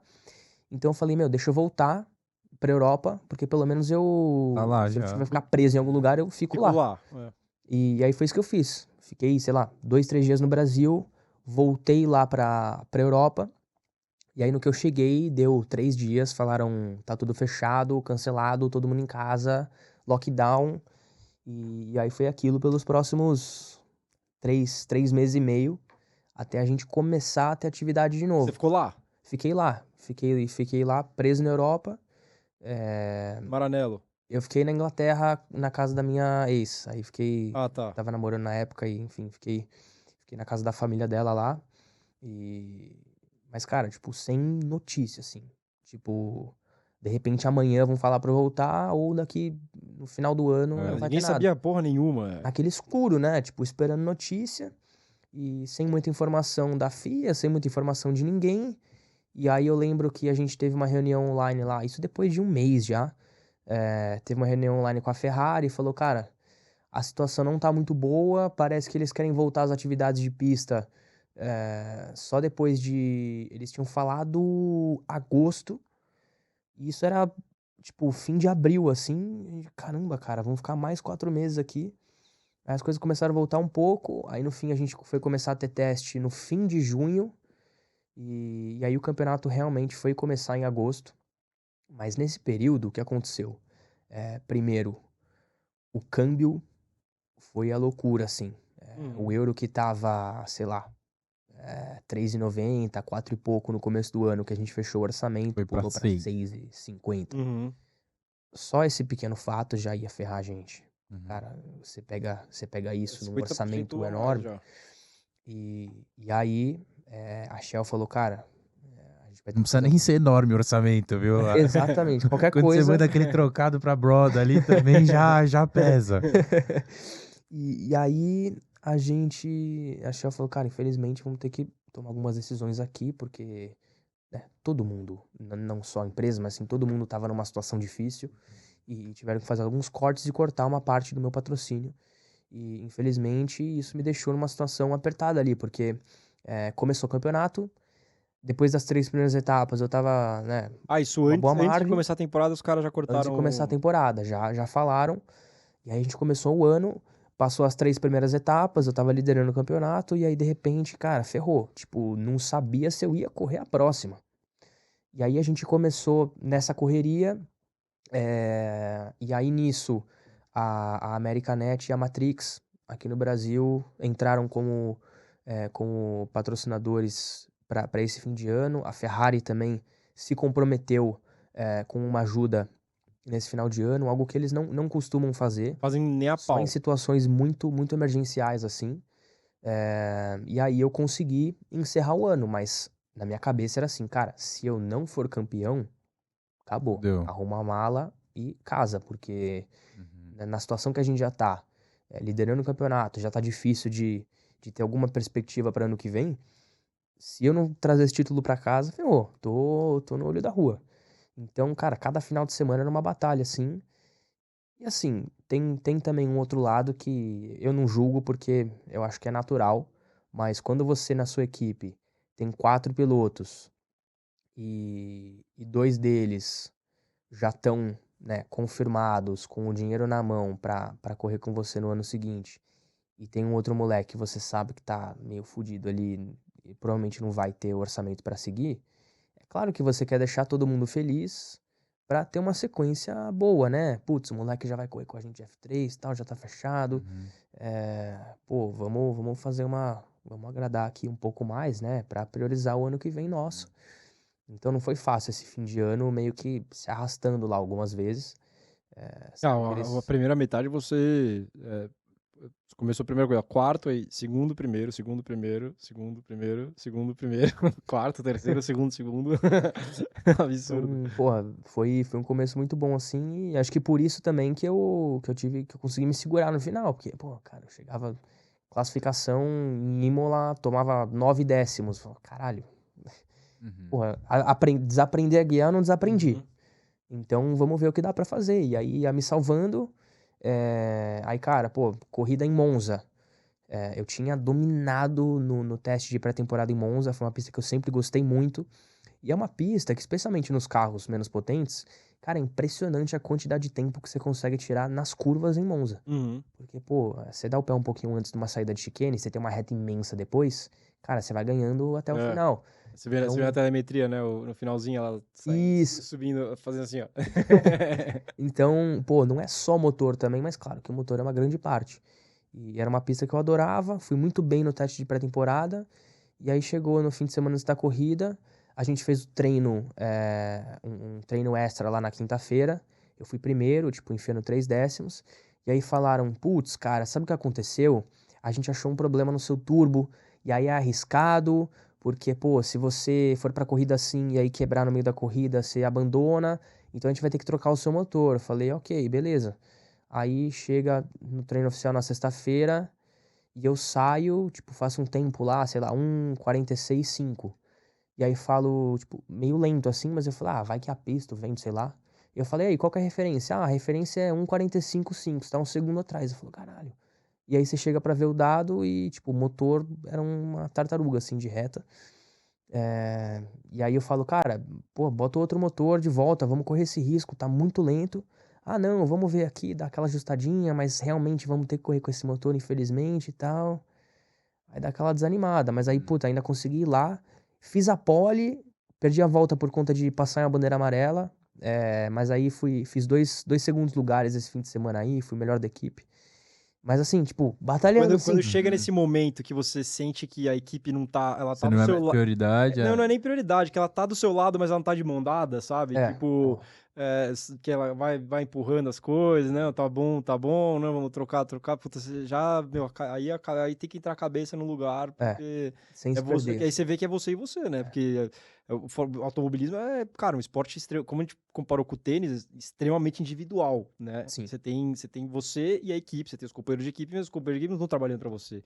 Então, a partir do momento que você vê que a segunda parte não tá mais ali, aí você já começa, meu, entrar num buraco. Duas coisas que me ajudaram muito esse ano, eu acho que foram as duas razões pelas quais eu consegui ser campeão esse ano 2020. A primeira foi justamente pelo ano de 2019 que eu tive, que eu aprendi muito dele. Porque foi um ano onde, a partir do momento que eu vi que talvez eu não conseguiria vencer o campeonato, cara, eu entrei num parafuso assim, né? Perdi totalmente a minha postura, o meu foco. Comecei a me desentender com o meu engenheiro. Não foi um ano legal do meu lado como pessoa mesmo, como postura. Então isso me ensinou muito para ser diferente em 2020. Lidar com as situações difíceis de forma mais serena, mais sensata, com calma. E o meu engenheiro em 2020 era um inglês. Você sabe, conhece aquele clássico inglês friozão, assim. Sei bem. Mas um cara muito, cara, comédia pra caramba. Eu sempre me dei bem com humor inglês, assim. Aquele cara, velho, zero filtro. Zero filtro. Tipo, por exemplo, não poderia falar as piadas que ele falava aqui, senão a gente vai ser cancelado. Mas, cara, é um cara muito, muito do bem, assim. E que realmente tava do meu lado. Eu acho que chegou no final do ano, era eu e ele na equipe Sim. ali, era a nossa própria equipe. Eu, ele e o mecânico que trabalhava no meu carro. Dois mecânicos trabalhavam no meu carro. E eram nós quatro. Tipo, a gente se protegia ali dentro. Claro que tinham coisas que estavam fora do nosso controle, que vinha de cima, mas a gente se protegia ali dentro e fazia o nosso. Isso é uma Então, característica do inglês, cara. O inglês, uma hora que você, cara, entrelaçou a mão, o cara tá vira quase junto. um pai, né? Isso é legal. Então, cara, e a gente tinha uma transparência que era assim, puta, tinha hora que ele vinha no rádio e falava: O que você tá fazendo? Você tá com merda na cabeça? O que você acabou de fazer aí? Cara, concentra tal, porque ele sabia que ele podia vir até mim e dar essa porrada. E porque pra mim seria melhor, em vez de ficar tentando, putz, desenhar ali, né, colocar um açúcar ali em cima das coisas, eu sempre trabalhei melhor na comunicação direta. Isso foi a primeira coisa que eu falei pro Mal quando eu cheguei na Stock. Eu falei, Mal, pô, tô aprendendo, começando na categoria. Mas, cara, eu sempre vou preferir que você seja direto comigo. Em qualquer momento. Porque eu sempre trabalhei muito melhor assim. Eu acho que é uma comunicação mais eficiente. Se você precisa se preocupar em passar alguma coisa pra alguém de uma forma mais branda, uma Com forma medo de mais chatear tranquila, alguém e tal. Fudeu. nunca vai funcionar, cara. Nunca. É isso com qualquer esporte, eu acredito nisso. Porque não vai ser feito de uma maneira pra pisar em cima de você. Vai ser feito de uma maneira genuína, porque a pessoa se preocupa com você. Então eu acho que isso funcionou muito bem aquele ano. Era eu e o nome dele é Johnny. Johnny o quê? John McGill. John McGill. Ele trabalhou muito, muito tempo na Prema, trabalhou na Fórmula 1 muitos anos. Cara, Na esse nome não F2. me é estranho, eu devo conhecer ele. Mas pra ligar o nome à pessoa, esquece. Eu lembro, cara, antes da temporada, quando a equipe me comentou que eu ia estar trabalhando com ele, é, na época da Ferrari, eu passava a maioria do tempo com o Marcus Armstrong, o Callum Ilott, acho que eles dois mais. Mas é claro, passava muito tempo também com o Enzo, com o Schwartzman, enfim, tinha um grupo nosso lá que a gente se via muito, fazia muita coisa junto. Ia no Montana muito? No Montana pra É. caramba, sempre. O que é o Nossa, Montana? É restaurante, aquele clássico de Maranello, que tem todas as coisas, praticamente dentro da pista de Fiorano, que tem todas as coisas da Ferrari, pneu, bico de carro, autógrafo, não sei o quê. Cara, eu posso falar, um dos melhores, Museu. tipo um museu, um dos melhores Sim. restaurantes que eu já fui, assim, E tinham dois lugares, tinha o Montana, que era do Maurício, da Mama Rosella lá. Cara, adorava, eu chegava, ia cumprimentar lá na cozinha, ela vinha, abraçava, beijava, demais. E tinha o Lo Esmeraldo também, que é do Lelo, que era igual, assim, outro restaurante Maranello super clássico, que o pessoal ia, o Raikkonen ia muito nesse lugar também, adorava. Cara, que fazia a gente sentir família, assim mesmo. Mas enfim, passava muito tempo com os moleques lá. Você chegou a morar naquela casa da Ferrari? Eu morei, não dentro da pista. Quando a gente entrou, eu já não tava morando lá, fazia só o mental training. Não, o que eu tô falando é uma que o Kelo morava. Eu lembro que o Kelo morava, acho que com o Marcus Armstrong. É uma casa que, sei lá. Eles moravam juntos, os dois, mudavam juntos. Eu morei a maioria do tempo lá, num lugar chamado Maranello Village, que era um hotel barra flat. Tipo, os funcionários que iam pra lá e não moravam fixo em Maranello, ficavam nesse lugar. Pilotos também que chegavam pra passar um tempo. E eu morei nesse lugar 2 anos. E depois eu mudei pra uma casa, que eles alugaram uma casa lá pra ser casa dos pilotos. E no meu último ano, que morava eu, o Dino Beganovic e o Arthur. Mas o Arthur, como o Mônaco não era tão longe, ele passava mais tempo em Mônaco do que lá. Mas enfim, passava muito tempo com os moleques. E aí, antes desse ano 2020, eu lembro que o Marcos me mandou mensagem, falou: pô, e aí, como é que tá pra esse ano? Já sabe quem vai ser seu engenheiro? Aí eu falei: já sei, vai ser um cara inglês aqui. Conhece ele? John McGill. Ele mandou mensagem: você já conheceu ele pessoalmente? Eu falei: não, ainda não. Por quê? Ele falou: boa sorte. Falei, cara, porque é um cara de uma personalidade muito, muito forte, assim, bem, bem particular. Mas tem gente que odeia ele, mas eu me dei super bem com ele porque encaixou ali. Então isso em 2020, cara, ajudou muito. E era nosso time ali. Eu fico orgulhoso de falar disso porque realmente a gente batalhou contra alguns dragões ali no final do ano. Puta dragões. Não, Né? e, porra, e... O segundo no campeonato era nada mais que Arthur Leclerc. Porra.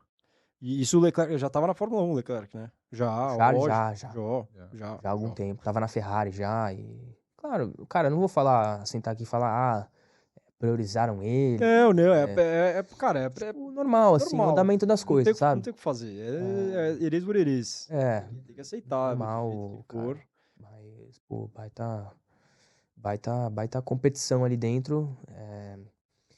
Assim, não que a gente se dava tão bem assim, mas a gente aprendeu a lidar com a competição, assim. Eu acho que foi um relacionamento muito mais complicado e não tão positivo do que qualquer outro que eu tinha tido com qualquer companheiro de equipe. Isso foi um fato, talvez pelas circunstâncias ali. Bateram muita roda, meu. A gente, assim, eu tava lá na academia da Ferrari já, aí anunciaram ele no começo do ano, falaram, o Arthur vai entrar na academia, ele vai correr como seu companheiro na Fórmula Regional. Então, tipo, era uma batalha direta ali. Batalha direta. E a gente sabia que quem vencesse esse campeonato em cima do outro, cara, é lógico que teria uma parcela de confiança maior da Ferrari para os anos seguintes. Mesmo se os dois continuassem na Ferrari, né, no futuro, esse moleque aqui foi o cara que ganhou. Ele é o cara, então vamos botar nossas fichas aqui nele. E no fim, né, a minha parte disso eu cumpri. Infelizmente a gente não conseguiu dar sequência nisso pela situação financeira pós-regional. Mas então, é isso que eu queria chegar. Aí rolou a regional, você foi campeão pra caralho mesmo. Aí teve o problema da pandemia, a Shell não conseguiu te ajudar mais. E aí, tipo, você não tinha como que recorrer, assim, tentar dar o próximo passo certo, assim? Cara, a gente tentou muito. Eu tenho certeza que sim, mas só pra entender o que aconteceu, Claro, assim. claro. Porque, puta, eu lembro que na época, assim, o cara, puta, tinha acabado de ganhar a regional. E aí, de repente, Fórmula 2, e tipo, eu falei, puta, cara, esse passo não. Quando acabou o campeonato acabou em dezembro já. Isso... Você foi da Freca pra Fórmula 2. Pra Fórmula 2. O campeonato acabou em dezembro.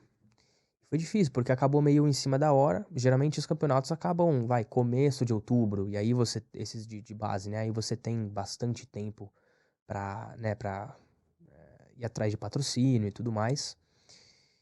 E aí, cara, acabou o ano. A gente sabia que tava difícil pro ano seguinte, porque a maioria das vagas nas principais equipes já estavam fechadas e a gente tentando correr atrás de duas coisas paralelamente. Uma vaga em uma equipe boa e o patrocínio. E, tipo, era meio um dependia do outro, assim. Tipo, chegava pra apresentar um projeto pra um patrocinador, falava, tá, mas você vai correr aonde, com que vaga? Aí, você chegava na equipe pra falar, tá bom, mas, né, tá com a verba, tá? Já o orçamento e tal. Foi por isso até que eu não segui na Prema, primeiramente, por falta de timing ali. né? Teve Tudo muito uma... em cima. Teve um período ali que até deixaram um pouco aberto. Falaram, cara, e aí, pra ano que vem, orçamento e tal? Eu falei, cara, realmente não tenho nada. Então eles falaram, meu, não tem como a gente segurar, porque tem uma fila de gente aqui, a gente precisa fechar as vagas, os lugares, não tem como esperar até janeiro. Então, Mas isso pra quê? Fórmula 3. Fórmula pra 3. Fórmula 3, Fórmula 3. Esse era o nosso plano desde sempre. Uhum. É o que fazia sentido, seria a sequência natural. Pô, se chegasse em agosto já, né, começando o campeonato lá e já tranquilo de verba, a gente já assinaria pra Fórmula 3 pro ano seguinte, era nossa opção. Só que aí, esse período, cara, a gente correndo atrás, claro, ninguém numa posição muito confortável, porque imagina uma empresa, especialmente uma empresa brasileira, que acabou de passar por um ano, cara, muito difícil, pandemia, tudo, e câmbio, e aí você chega lá e apresenta um projeto, cara, muito grande, né, grande financeiramente, de um certo risco pra eles. Quanto que era na época o Fórmula 3? Cara, uma temporada da Fórmula Que 3, deve ser o que é até hoje, né? Mas por aí, você 800 varia pau de euro. entre 800 mil e 1 1 milhão e milhão de 100, euros. né, as principais equipes 1 milhão e 100, 1 milhão e 200, e as equipes um pouco menores ali, 800, 900 pau de euro. Mas você tem que levar tudo? Tem que Tem que levar levar tudo, tudo. tem que Sim. levar tudo, você... Sei lá, às vezes tem um patrocinador da equipe que fica Puta, mas lá, quando tem, Muito é difícil. muito, intera um pouco, muito. não sei. Isso Quando tem, é ajuda, muito pequeno, meu.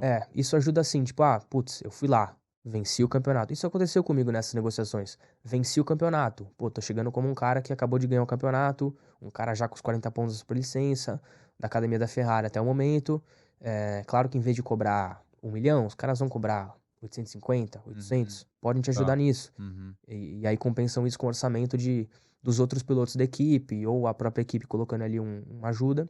A E você Carlin, vai por ter que exemplo, levar. hoje ela chama Roading, eu não sei o que que é Roading, mas é Roading Carlin. Então, tipo, uma empresa deve dar uma grana pra Carlin e tira uns, sei lá, vai, de um budget de 800, se tirar 50, 100 de cada piloto é muito já. É. Então, assim, numa equipe ajuda muito pouco. O máximo que ajuda é contato, mas também nem isso.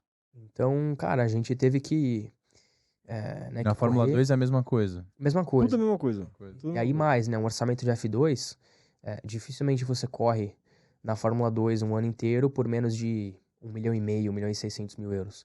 E aí você chega na Prema, numa própria Carlin, as principais equipes, aí já começa a chegar muito mais perto dos 2 milhões de euros a temporada. Uhum. Então, foi um período ali difícil, porque era pouco tempo. Era pouco tempo e tinha uma pressão da Ferrari também, falando, cara, você imagina, pra gente é um risco enorme te anunciar no programa em 2021 sem confirmação de orçamento. Porque aí você começa o ano, chega no meio da temporada e se fala, acabou a grana, vou ter que sair do campeonato. A Ferrari não pode se colocar à frente e cobrir tudo isso, porque eles não Não fazem isso. faz, né, a pau. Ao contrário de uma Red Bull, por exemplo, que tem o costume de bancar os pilotos, bancar a temporada dos pilotos, a Ferrari não faz todos, isso. né? Mas sim, beleza. Um pouco mais, né? Sim, sim. Acontece. Não, a Ferrari só dá tirar um centavo no bolso já é uma ajuda do caralho. Já fala, meu, eu sou foda. Então, cara, tinha essa pressão deles também. Falou, ok, se você chegar pra gente e falar, ó, a gente conseguiu orçamento tal, aí ok, mas a gente não pode te anunciar no programa sem essa confirmação. E a gente correndo atrás, correndo atrás, correndo atrás. E aí foi apertando o tempo, a gente sem conseguir fechar isso.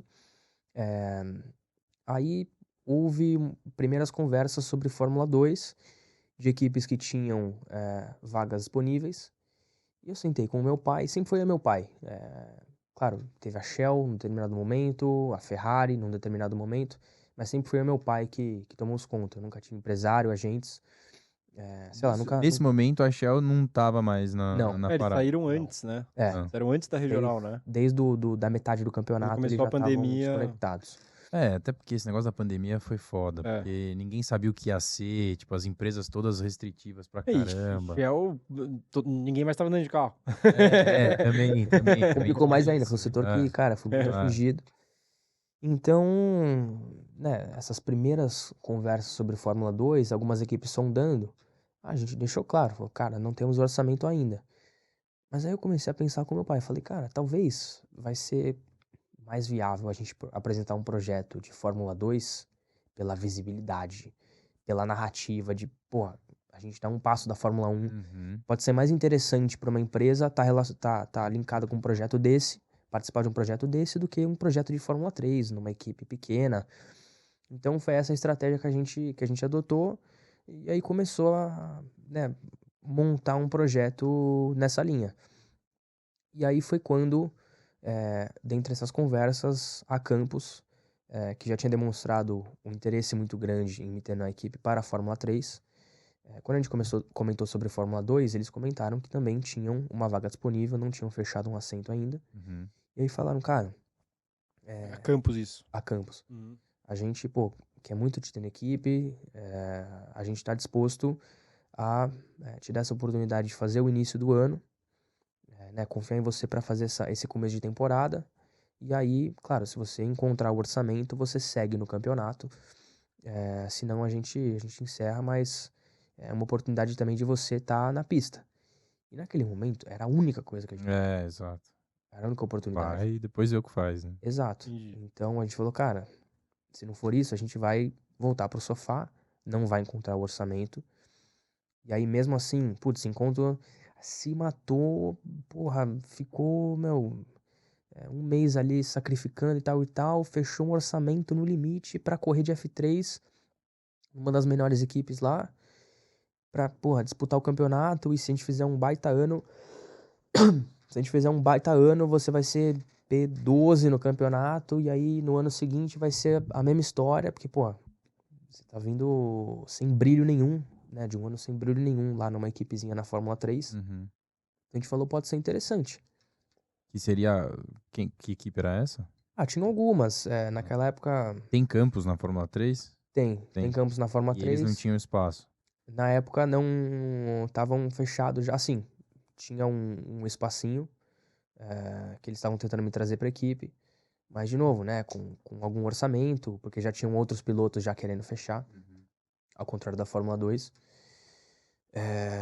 Mas, cara, aquelas equipes, né, a Charus na F3, tinha uma outra lá, uma outra equipe Trident. pequena, não, a Trident a Trident sempre foi uma das principais lá. Qual que era o nome? Aquela da Mercedes lá? A HWA. HWA. Que o Enzo andou. O que o Enzo andou. Uhum. O Enzo chegou a fazer uma temporada. Mas a gente começou a avaliar, né? Já era uma situação muito difícil. A gente já tava realmente buscando uma opção de dar alguma sequência sólida ali. E no fim, a experiência na Fórmula 2 era a melhor opção, Uhum. né? Cara, E eles te deram quanto tempo, assim? eu fiz as 2 primeiras etapas do ano, que foram Bahrein e Mônaco. Tivemos também 2 testes coletivos, um no Bahrein mesmo, antes da primeira etapa, e um em Barcelona, entre a etapa 1 e a etapa 2. Uhum. Então, no fim, foram 4 eventos, né? Mas, assim, Você era. Ah, tá. Teve um treino, né? Porque tem Isso. 3 em cada, né? Tem 3 no Bahrein e 3 em Mônaco. a gente fez... 3 dias aqui, sei lá. a Teoricamente seriam 3 etapas. gente teve os testes oficiais no Bahrein em 3 dias, aí a etapa 1 no Bahrein, aí 3 dias de testes oficiais em Barcelona, e aí a etapa 2 em Mônaco. Ah, tá. Beleza.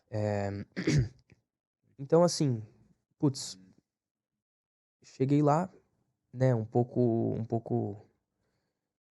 Perdido. tímido aí, perdido, Perdidaço. equipe nova, né, país novo, carro novo, um carro, assim, hoje em dia eu enxergo isso ainda mais. A diferença que você tem entre um regional e um F2, ela Nossa. é absurda. Puta, Absurda. é completamente loucura o que você fez. Tudo bem, dadas as circunstâncias não tinha o que fazer, mas é completamente loucura. Cara, assim, claro que, pô, na hora ali, se a gente pudesse escolher, jamais seria uma decisão que a gente tomaria. Mas foi uma experiência ali que eu tive que me virar. Eu acho que me ajudou muito, sim, me ensinou muita coisa, sim. E, claro, poder ter a experiência de andar numa F2, de disputar corridas ali, correr em Mônaco. Teve muita coisa aqui que eu aprendi ali no trabalho com equipe, tentando me adaptar com aquele carro, que me ajudou muito. São conceitos que eu trago comigo até hoje. Pô, baita pessoal da equipe, pessoal que me acolheu muito bem, me deu um baita suporte. Nesse teste de Barcelona, que era uma pista que eu já conhecia, onde eu me senti um pouco mais confortável. Pô, teve sessões que eu fui segundo, terceiro, então já tava começando a me acostumar um pouquinho. E aí, pô, cheguei em Mônaco, de novo, mais uma montanha. Primeiros 5 minutos do treino, explode o motor. Até uma cena engraçada, assim, que a subida inteira ali depois da curva 1, Uhum. cara, toda coberta de fumaça, assim, de quando explodiu o motor. Foi um bagulho cômico, assim, na hora. Me zoaram pra caramba. Mas, fui me virando do jeito que dava, mas, claro, era muito longe, assim, da nossa realidade. E pelo fato de também não ter aquele conforto de saber que eu vou ter uma continuação no trabalho, Ah, cara, a cabeça aí já tá numa é, espiral foda aí, cara. Aí. então, assim, não foi feito da maneira correta, mas foi a forma que a gente encontrou Era o que dava pra fazer. Não, é o que tinha. de tá correndo, entendeu? E, assim, eu não me arrependo, porque a gente, né, se equilibrou ali da maneira que dava. Uhum, Pô, a gente tava lá com 2 palitinhos, de repente lançaram 2 pratos assim, falou, equilibra aí. Aí você uhum. fica meio É.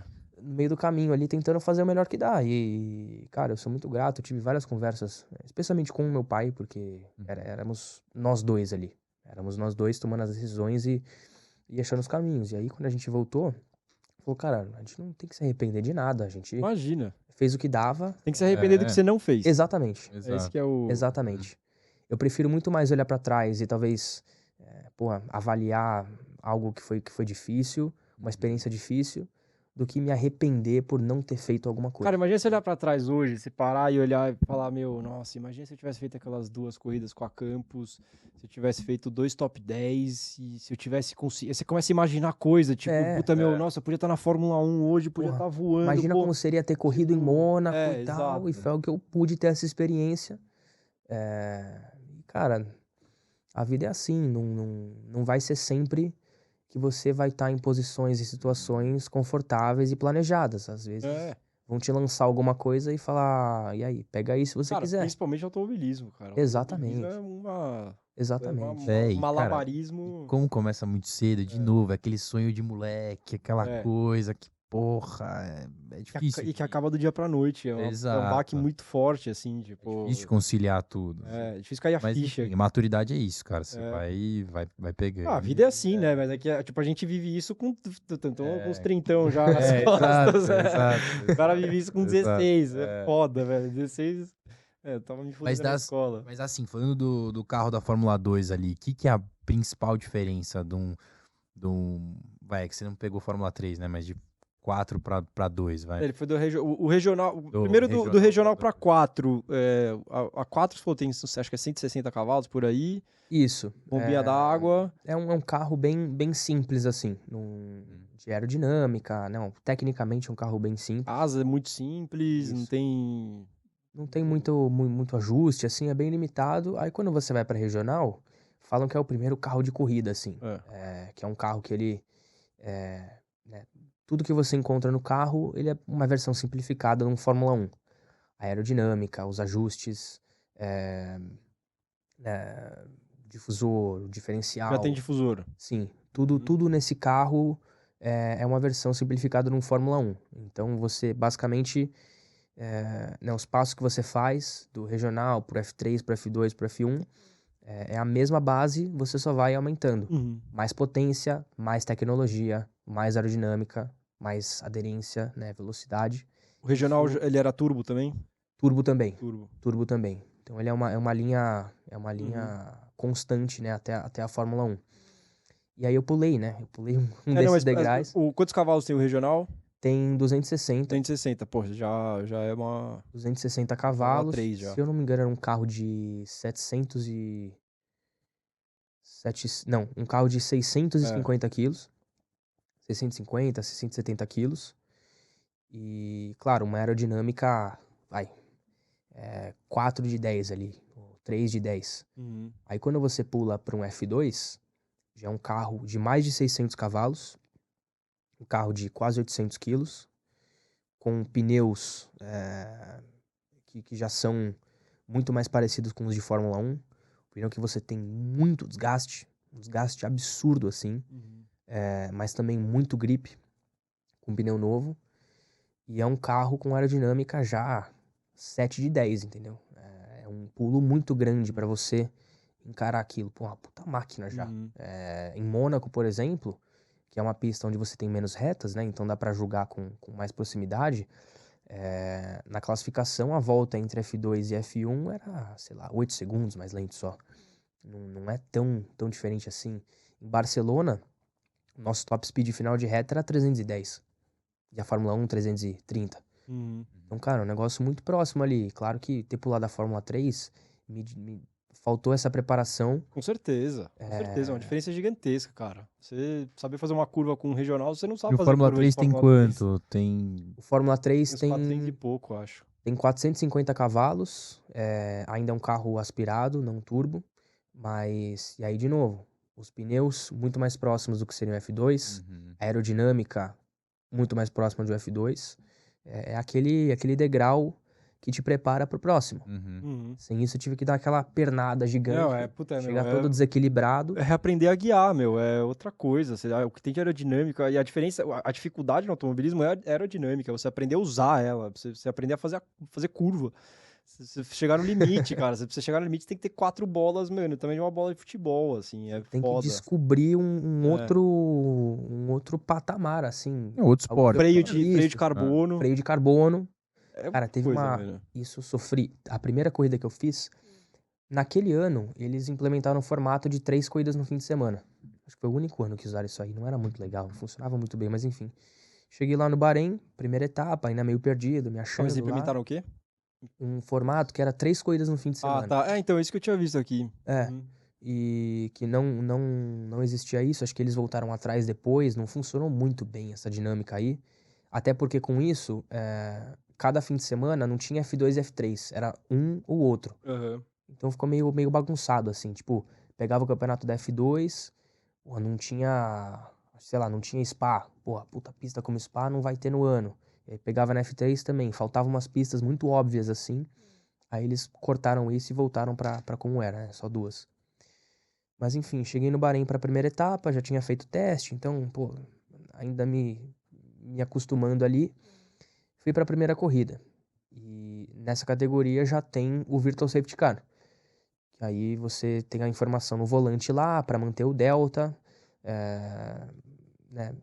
Tentar manter o carro pronto ali, aquecido, mas olhando o delta, negócio bem no limite ali. Você não sabe quando vai relargar exatamente, te dá um sinal, mas você não tem aquele formato de relargada do safety car que você consegue ver exatamente todo mundo relargando, então você tem que estar afiado, né? Tem que estar prestando atenção. E aí, com isso, era a minha primeira vez usando esse sistema aí, então eu tava prestando atenção nas luzinhas lá, e aí de repente relargou, e eu tinha esquecido de deixar o freio quente. Freio de carbono, ao contrário dos outros freios que a gente usava nos carros menores, mais sensível à temperatura. Cara, relargou, eu olhei no volante assim, tinha um alarmezinho de temperatura. Eu falei, caralho, fudeu. Aí cheguei na curva seguinte, já freia, vem sem freio total, assim, travando as 2 rodas da frente. Você fala, caralho. Então são essas pequenas coisinhas assim, cara, você que não são fica meio pequenas, perdido. né? Exato. Se eu estivesse disputando uma posição lá na frente e, pô, imagina, o cara relargou, passa reto completamente. Então foi isso, foi se equilibrando ali, mas, cara, baita bagagem, assim. Porra, baita bagagem na sua vida inteira, cara. Posso falar? Você tem que tirar o chapéu e só de você já tá nesse primeiro ano de estoque aí, tá no top 10 já mostra que você tem muito chão pela frente e puta, o céu é infinito. Com O certeza. limite, né? Não é infinito. Mas é isso, cara. Porra, vamos encerrar por aqui. Tem mais alguma coisa com a curiosidade? Eu vou te dar um bonezinho exclusivo do Buzz. Ah, que isso. Tô precisando aqui pra esconder. Então, é por isso que eu fiz. Vinha, você quer dar algum recado pra alguém? Não, acho que não, cara. Obrigado por ter vindo aí. Foi legal pra caramba esse papo aí. E boa sorte, cara. Tamo na torcida aí. A torcida e apoio, que se precisar de ajuda, cara. Tamo Tamo na área. Agradeço. Quando que é a próxima? Próxima é Velopark, dia 17 de setembro. 17 de setembro. Tamo por lá. 2, 3 semanas. 2, 3 semanas. Beleza, é isso. Estaremos acompanhando. Valeu, obrigado por ter vindo aí. Dá um abraço à família, seu pai, faz tempo que eu não vejo ele. Valeu. O seu também. O seu eu vi faz pouco tempo. Vi no meu Lotitala, ele tava por lá. Tá por aí. Não, agradeço muito vocês. Cara, Valeu. adoro esse formato aqui, falar de tudo. É isso. Formato mais solto aqui, tem mais liberdade pra contar as histórias. Obrigado mesmo e sucesso. Boa, parabéns aí Tamo junto. pela trajetória. Dá um like lá depois. Pode deixar. E vocês também, hein, por favor. Dá o like aí agora. Se você ficou aqui até agora é porque você curtiu pra caralho, então dá o like aí. Pô. Valeu, obrigado, tamo Valeu. junto.